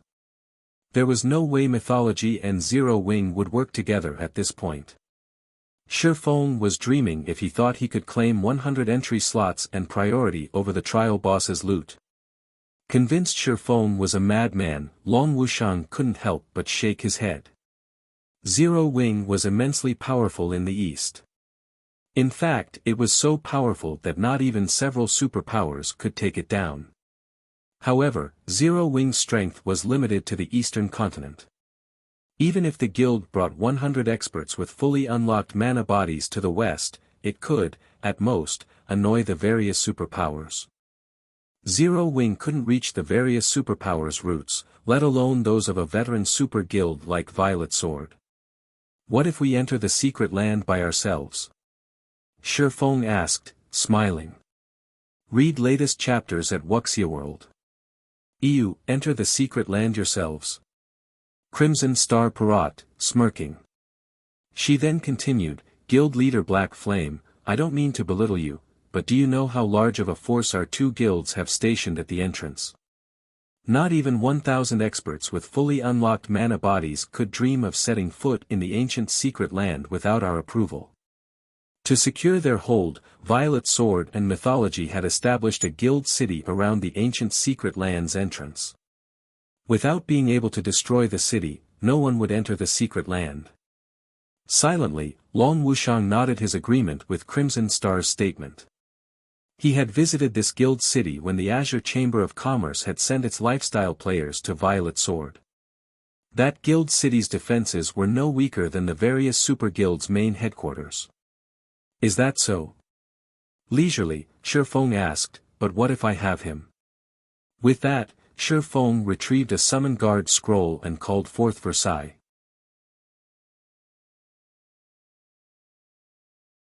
Chapter 26:15, Tier 4 Secret Silver Guard, Life Transition. When Shifeng summoned Versailles into the reception room, the room's mana transformed. So dense. So heavy. The mana inside the reception room didn't feel like mana at all.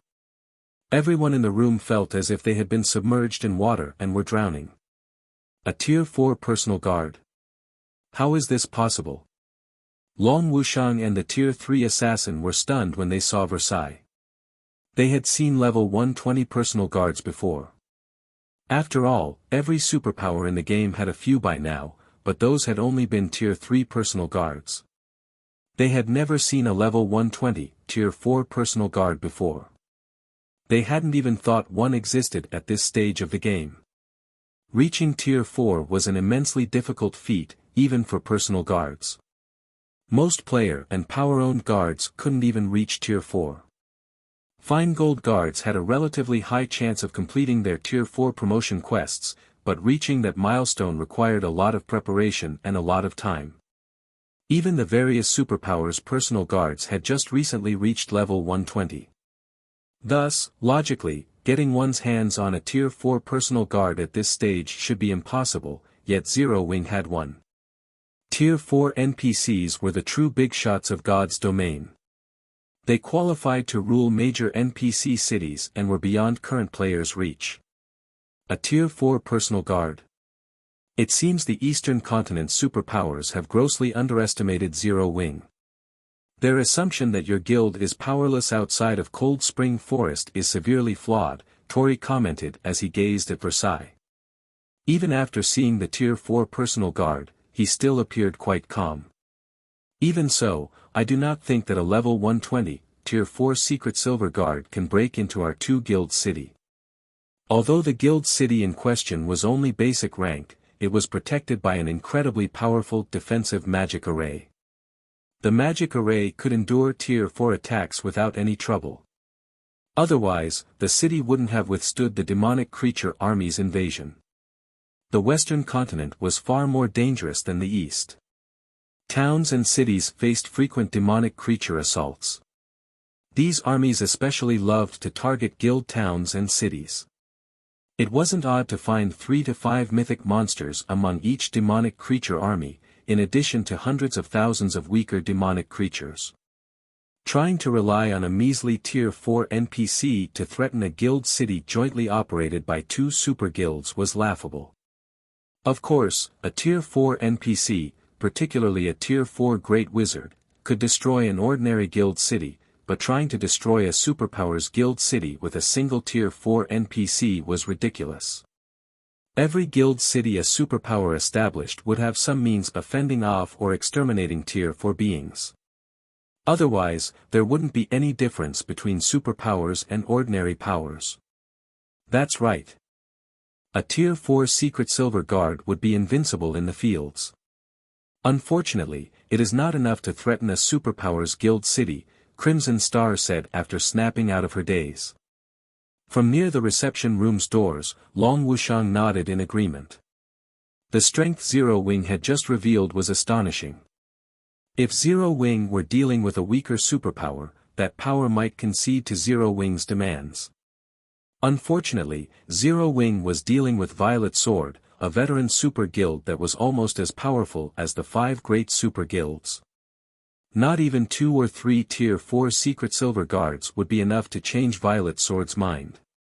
Indeed, a Tier 4 secret silver guard would take forever just to blast open a guild city's defensive magic array, Shifeng agreed. Smiling, he asked, but what if I have a Tier 4 fine gold ranked Great Wizard? Impossible. Just having one Tier 4 personal guard is a miracle. How could you have another one? Crimson Star instinctively opposed Shifeng's calm question.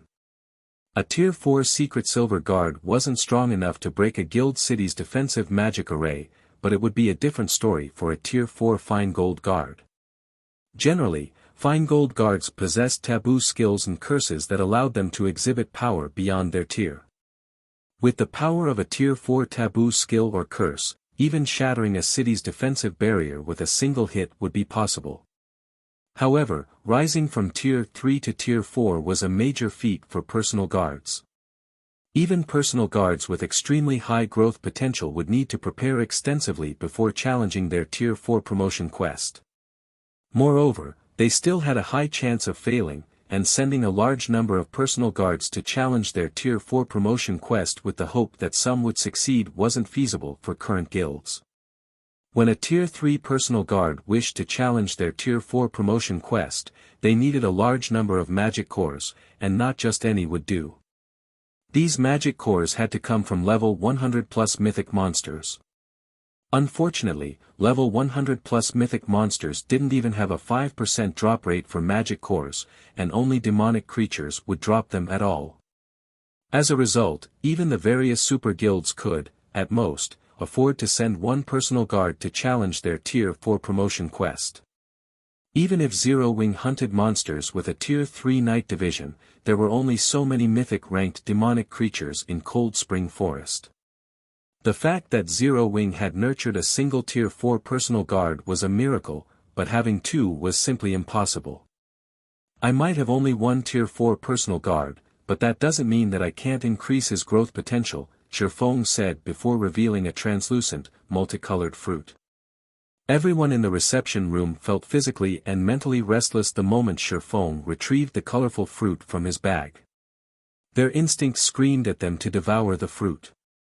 The fruit of life? Who are you? Crimson Star demanded, staring at the colorful fruit in shock. Shifeng's Tier 4 personal guard had been surprising enough, yet this man also had the incomparably precious fruit of life. This was unbelievable. The fruit of life was legendary throughout God's domain. People had even called it the holy fruit. Not only could the fruit of life resurrect the dead, but it could also help living creatures recover to their peak and elevate their potential. There were even rumors that players could boost their life rating significantly by consuming it. If they spotted a fruit of life, even high-tiered NPCs would do everything in their power to claim it, not to mention players. In Crimson Star's opinion, though, this legendary fruit was just that, a legend. It was beyond the reach of players. The only known way to obtain the fruit of life was to harvest it from the elven race's tree of life. However, elves consider these fruits holy. They would never trade or sell the fruit to outsiders. If players wanted their own fruit of life, they could only obtain one by attacking a location that housed a tree of life. However, the elves' trees of life were so heavily guarded that not even Tier 6 gods could reach them. Moreover, most of the various kingdoms and empires' great and grand wizards had learned from elven great and grand wizards. Anyone that dared attack the elves' main headquarters would only make an enemy of these kingdoms and empires. No one under the heavens would be able to save them. Even Tori stared at the fruit in Shifeng's hand in astonishment. The fruit of life. Read latest chapters at Wuxia World. The various superpowers had been desperately searching for the item after learning about it. Based on what they had learned, there was only one way, other than raiding an elven city, to procure a fruit of life. While the elves refused to trade or sell these fruits, they sometimes offered them as gifts to players who had significantly helped their race. Hence, there were quite a few fruits lying around. Only, most of these fruits of life had been given away decades, maybe centuries, ago, so no one knew their current whereabouts. Even with the superpowers' powerful information networks, no one had found the slightest clue leading to these gifted fruits of life, and yet, Shifeng held one in his palm. Eat it, Shifeng said, passing the colorful fruit to Versailles. Versailles did not hesitate, excitedly and fanatically taking the fruit. His changed attitude made the room's mana restless. After a deep, sincere bow of gratitude to Shifeng, Versailles ate the fruit of life as the players in the reception room watched.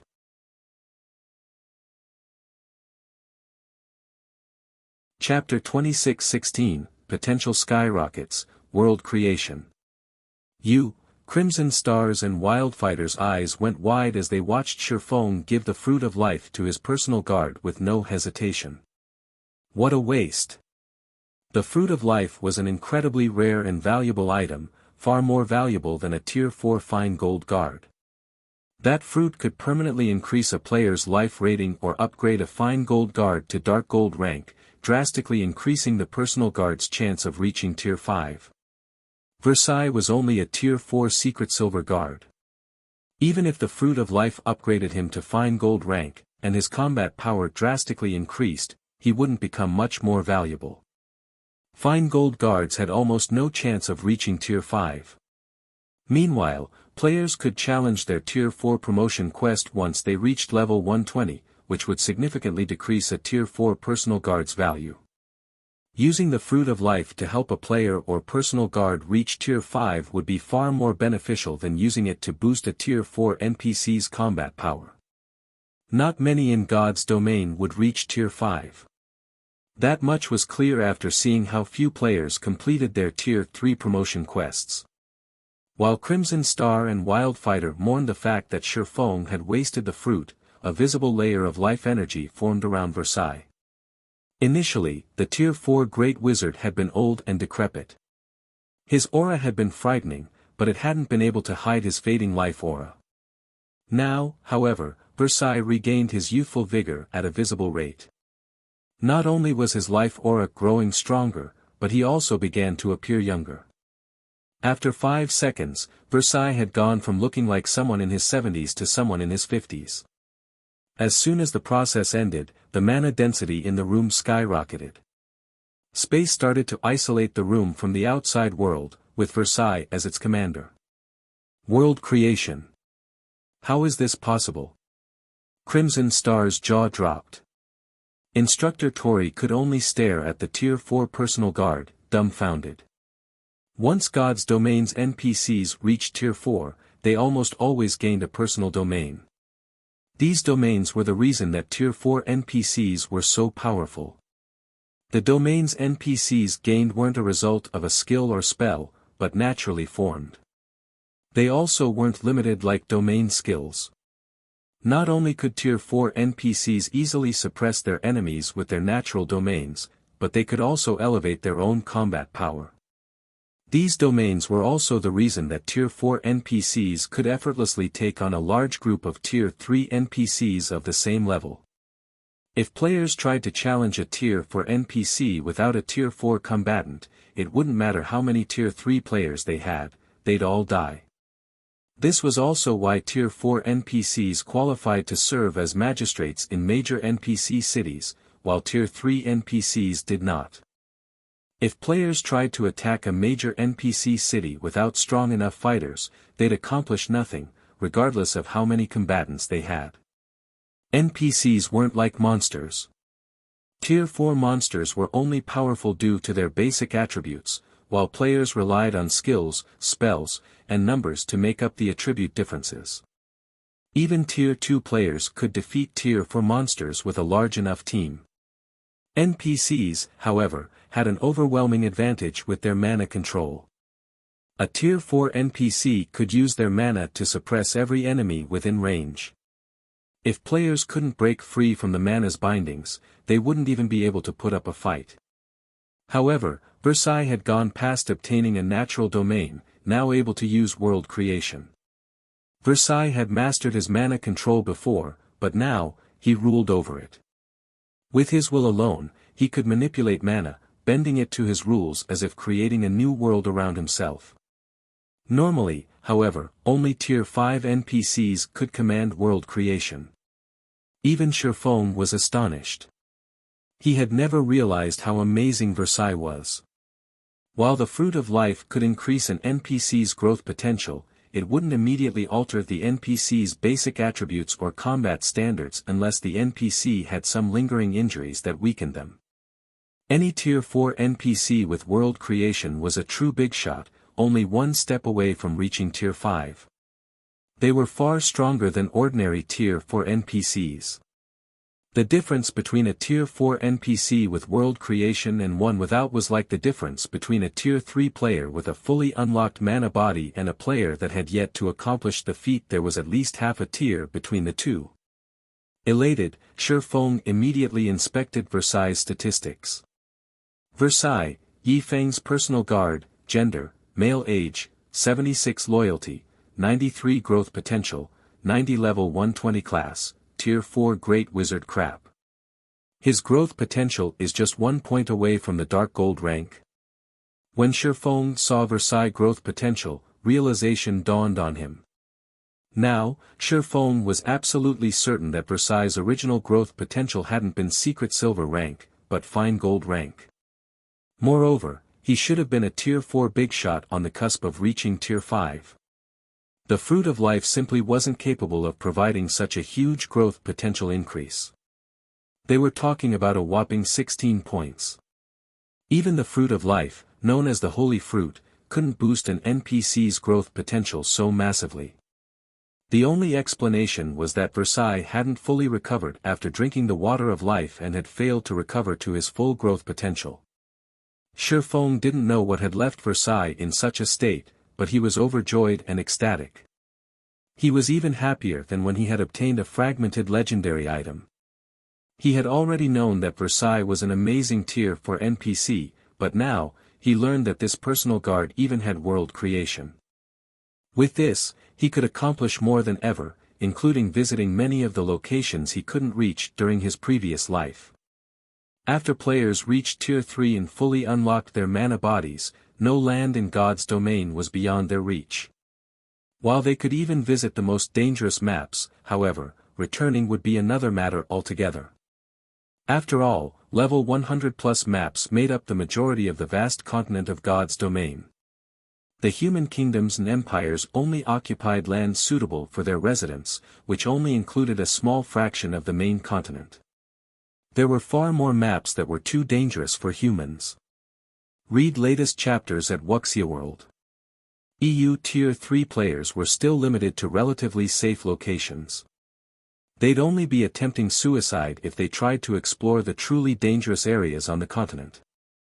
They might even have an encounter that would force them to restart their account. Now that Shifeng had a Tier 4 world creation NPC by his side, however, he could visit the game's truly lethal maps. These dangerous locations generally served as the venues for Tier 4 promotion quests and contained many ancient inheritances. When the various superpowers experts had reached Tier 4 and beyond in the past, they had spent much of their time in these areas, rarely returning. They could only continue to grow stronger by exploring these maps. Realizing how much time he had spent gazing at his personal guard stats, Shifeng quickly suppressed his excitement and returned his attention to Tori and his two companions. "May I know if Zero Wing now qualifies to negotiate a partnership with your guild?" Shifeng asked Tori.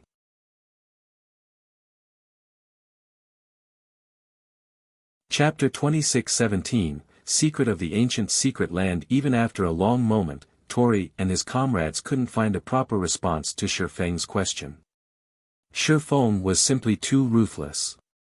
To ensure that he'd be able to enter the ancient secret land, Shifeng had wasted a fruit of life to upgrade his personal guard to fine gold rank. Not even they would dare behave so lavishly. However, they had to admit that this swordsman was extremely fortunate to upgrade his personal guard to a Tier 4 world creation NPC. With this single NPC, Shifeng could blast through a basic city's defensive magic array. Versailles could cause a huge scene inside the city, allowing Shifeng and his team to pass into the ancient secret land unhindered. Instructor Tori, Black Flame must be dreaming. Wildfighter said in the team chat. Even if he can break into the city and enter the ancient secret land, he'll only be able to do so a handful of times, at most. I refuse to believe he can come and go from our city as he pleases forever. Moreover, mythology will have to bear half of the entry slots we lose because of Zero Wing, significantly reducing our losses. When our two guilds gain Tier 4 experts, his personal guard will be useless, and our guild will still have 200 entry slots. The ancient secret land contained an ancient city independent from God's domain's two main continents. Even if players defeated the trial boss and became citizens, they would need to remain within the city for some time to enjoy its benefits. Players wouldn't gain access to all of the city's benefits when they first reached the city. However, while Zero Wing could get into the ancient secret land, the amount of time its players could stay in the city would be limited. Players could only extend their stay with a special tool. 1 week. Even with this special tool, players could only reside in the ancient secret land for a maximum of 7 natural days. If they did not leave on time, they'd starve to death.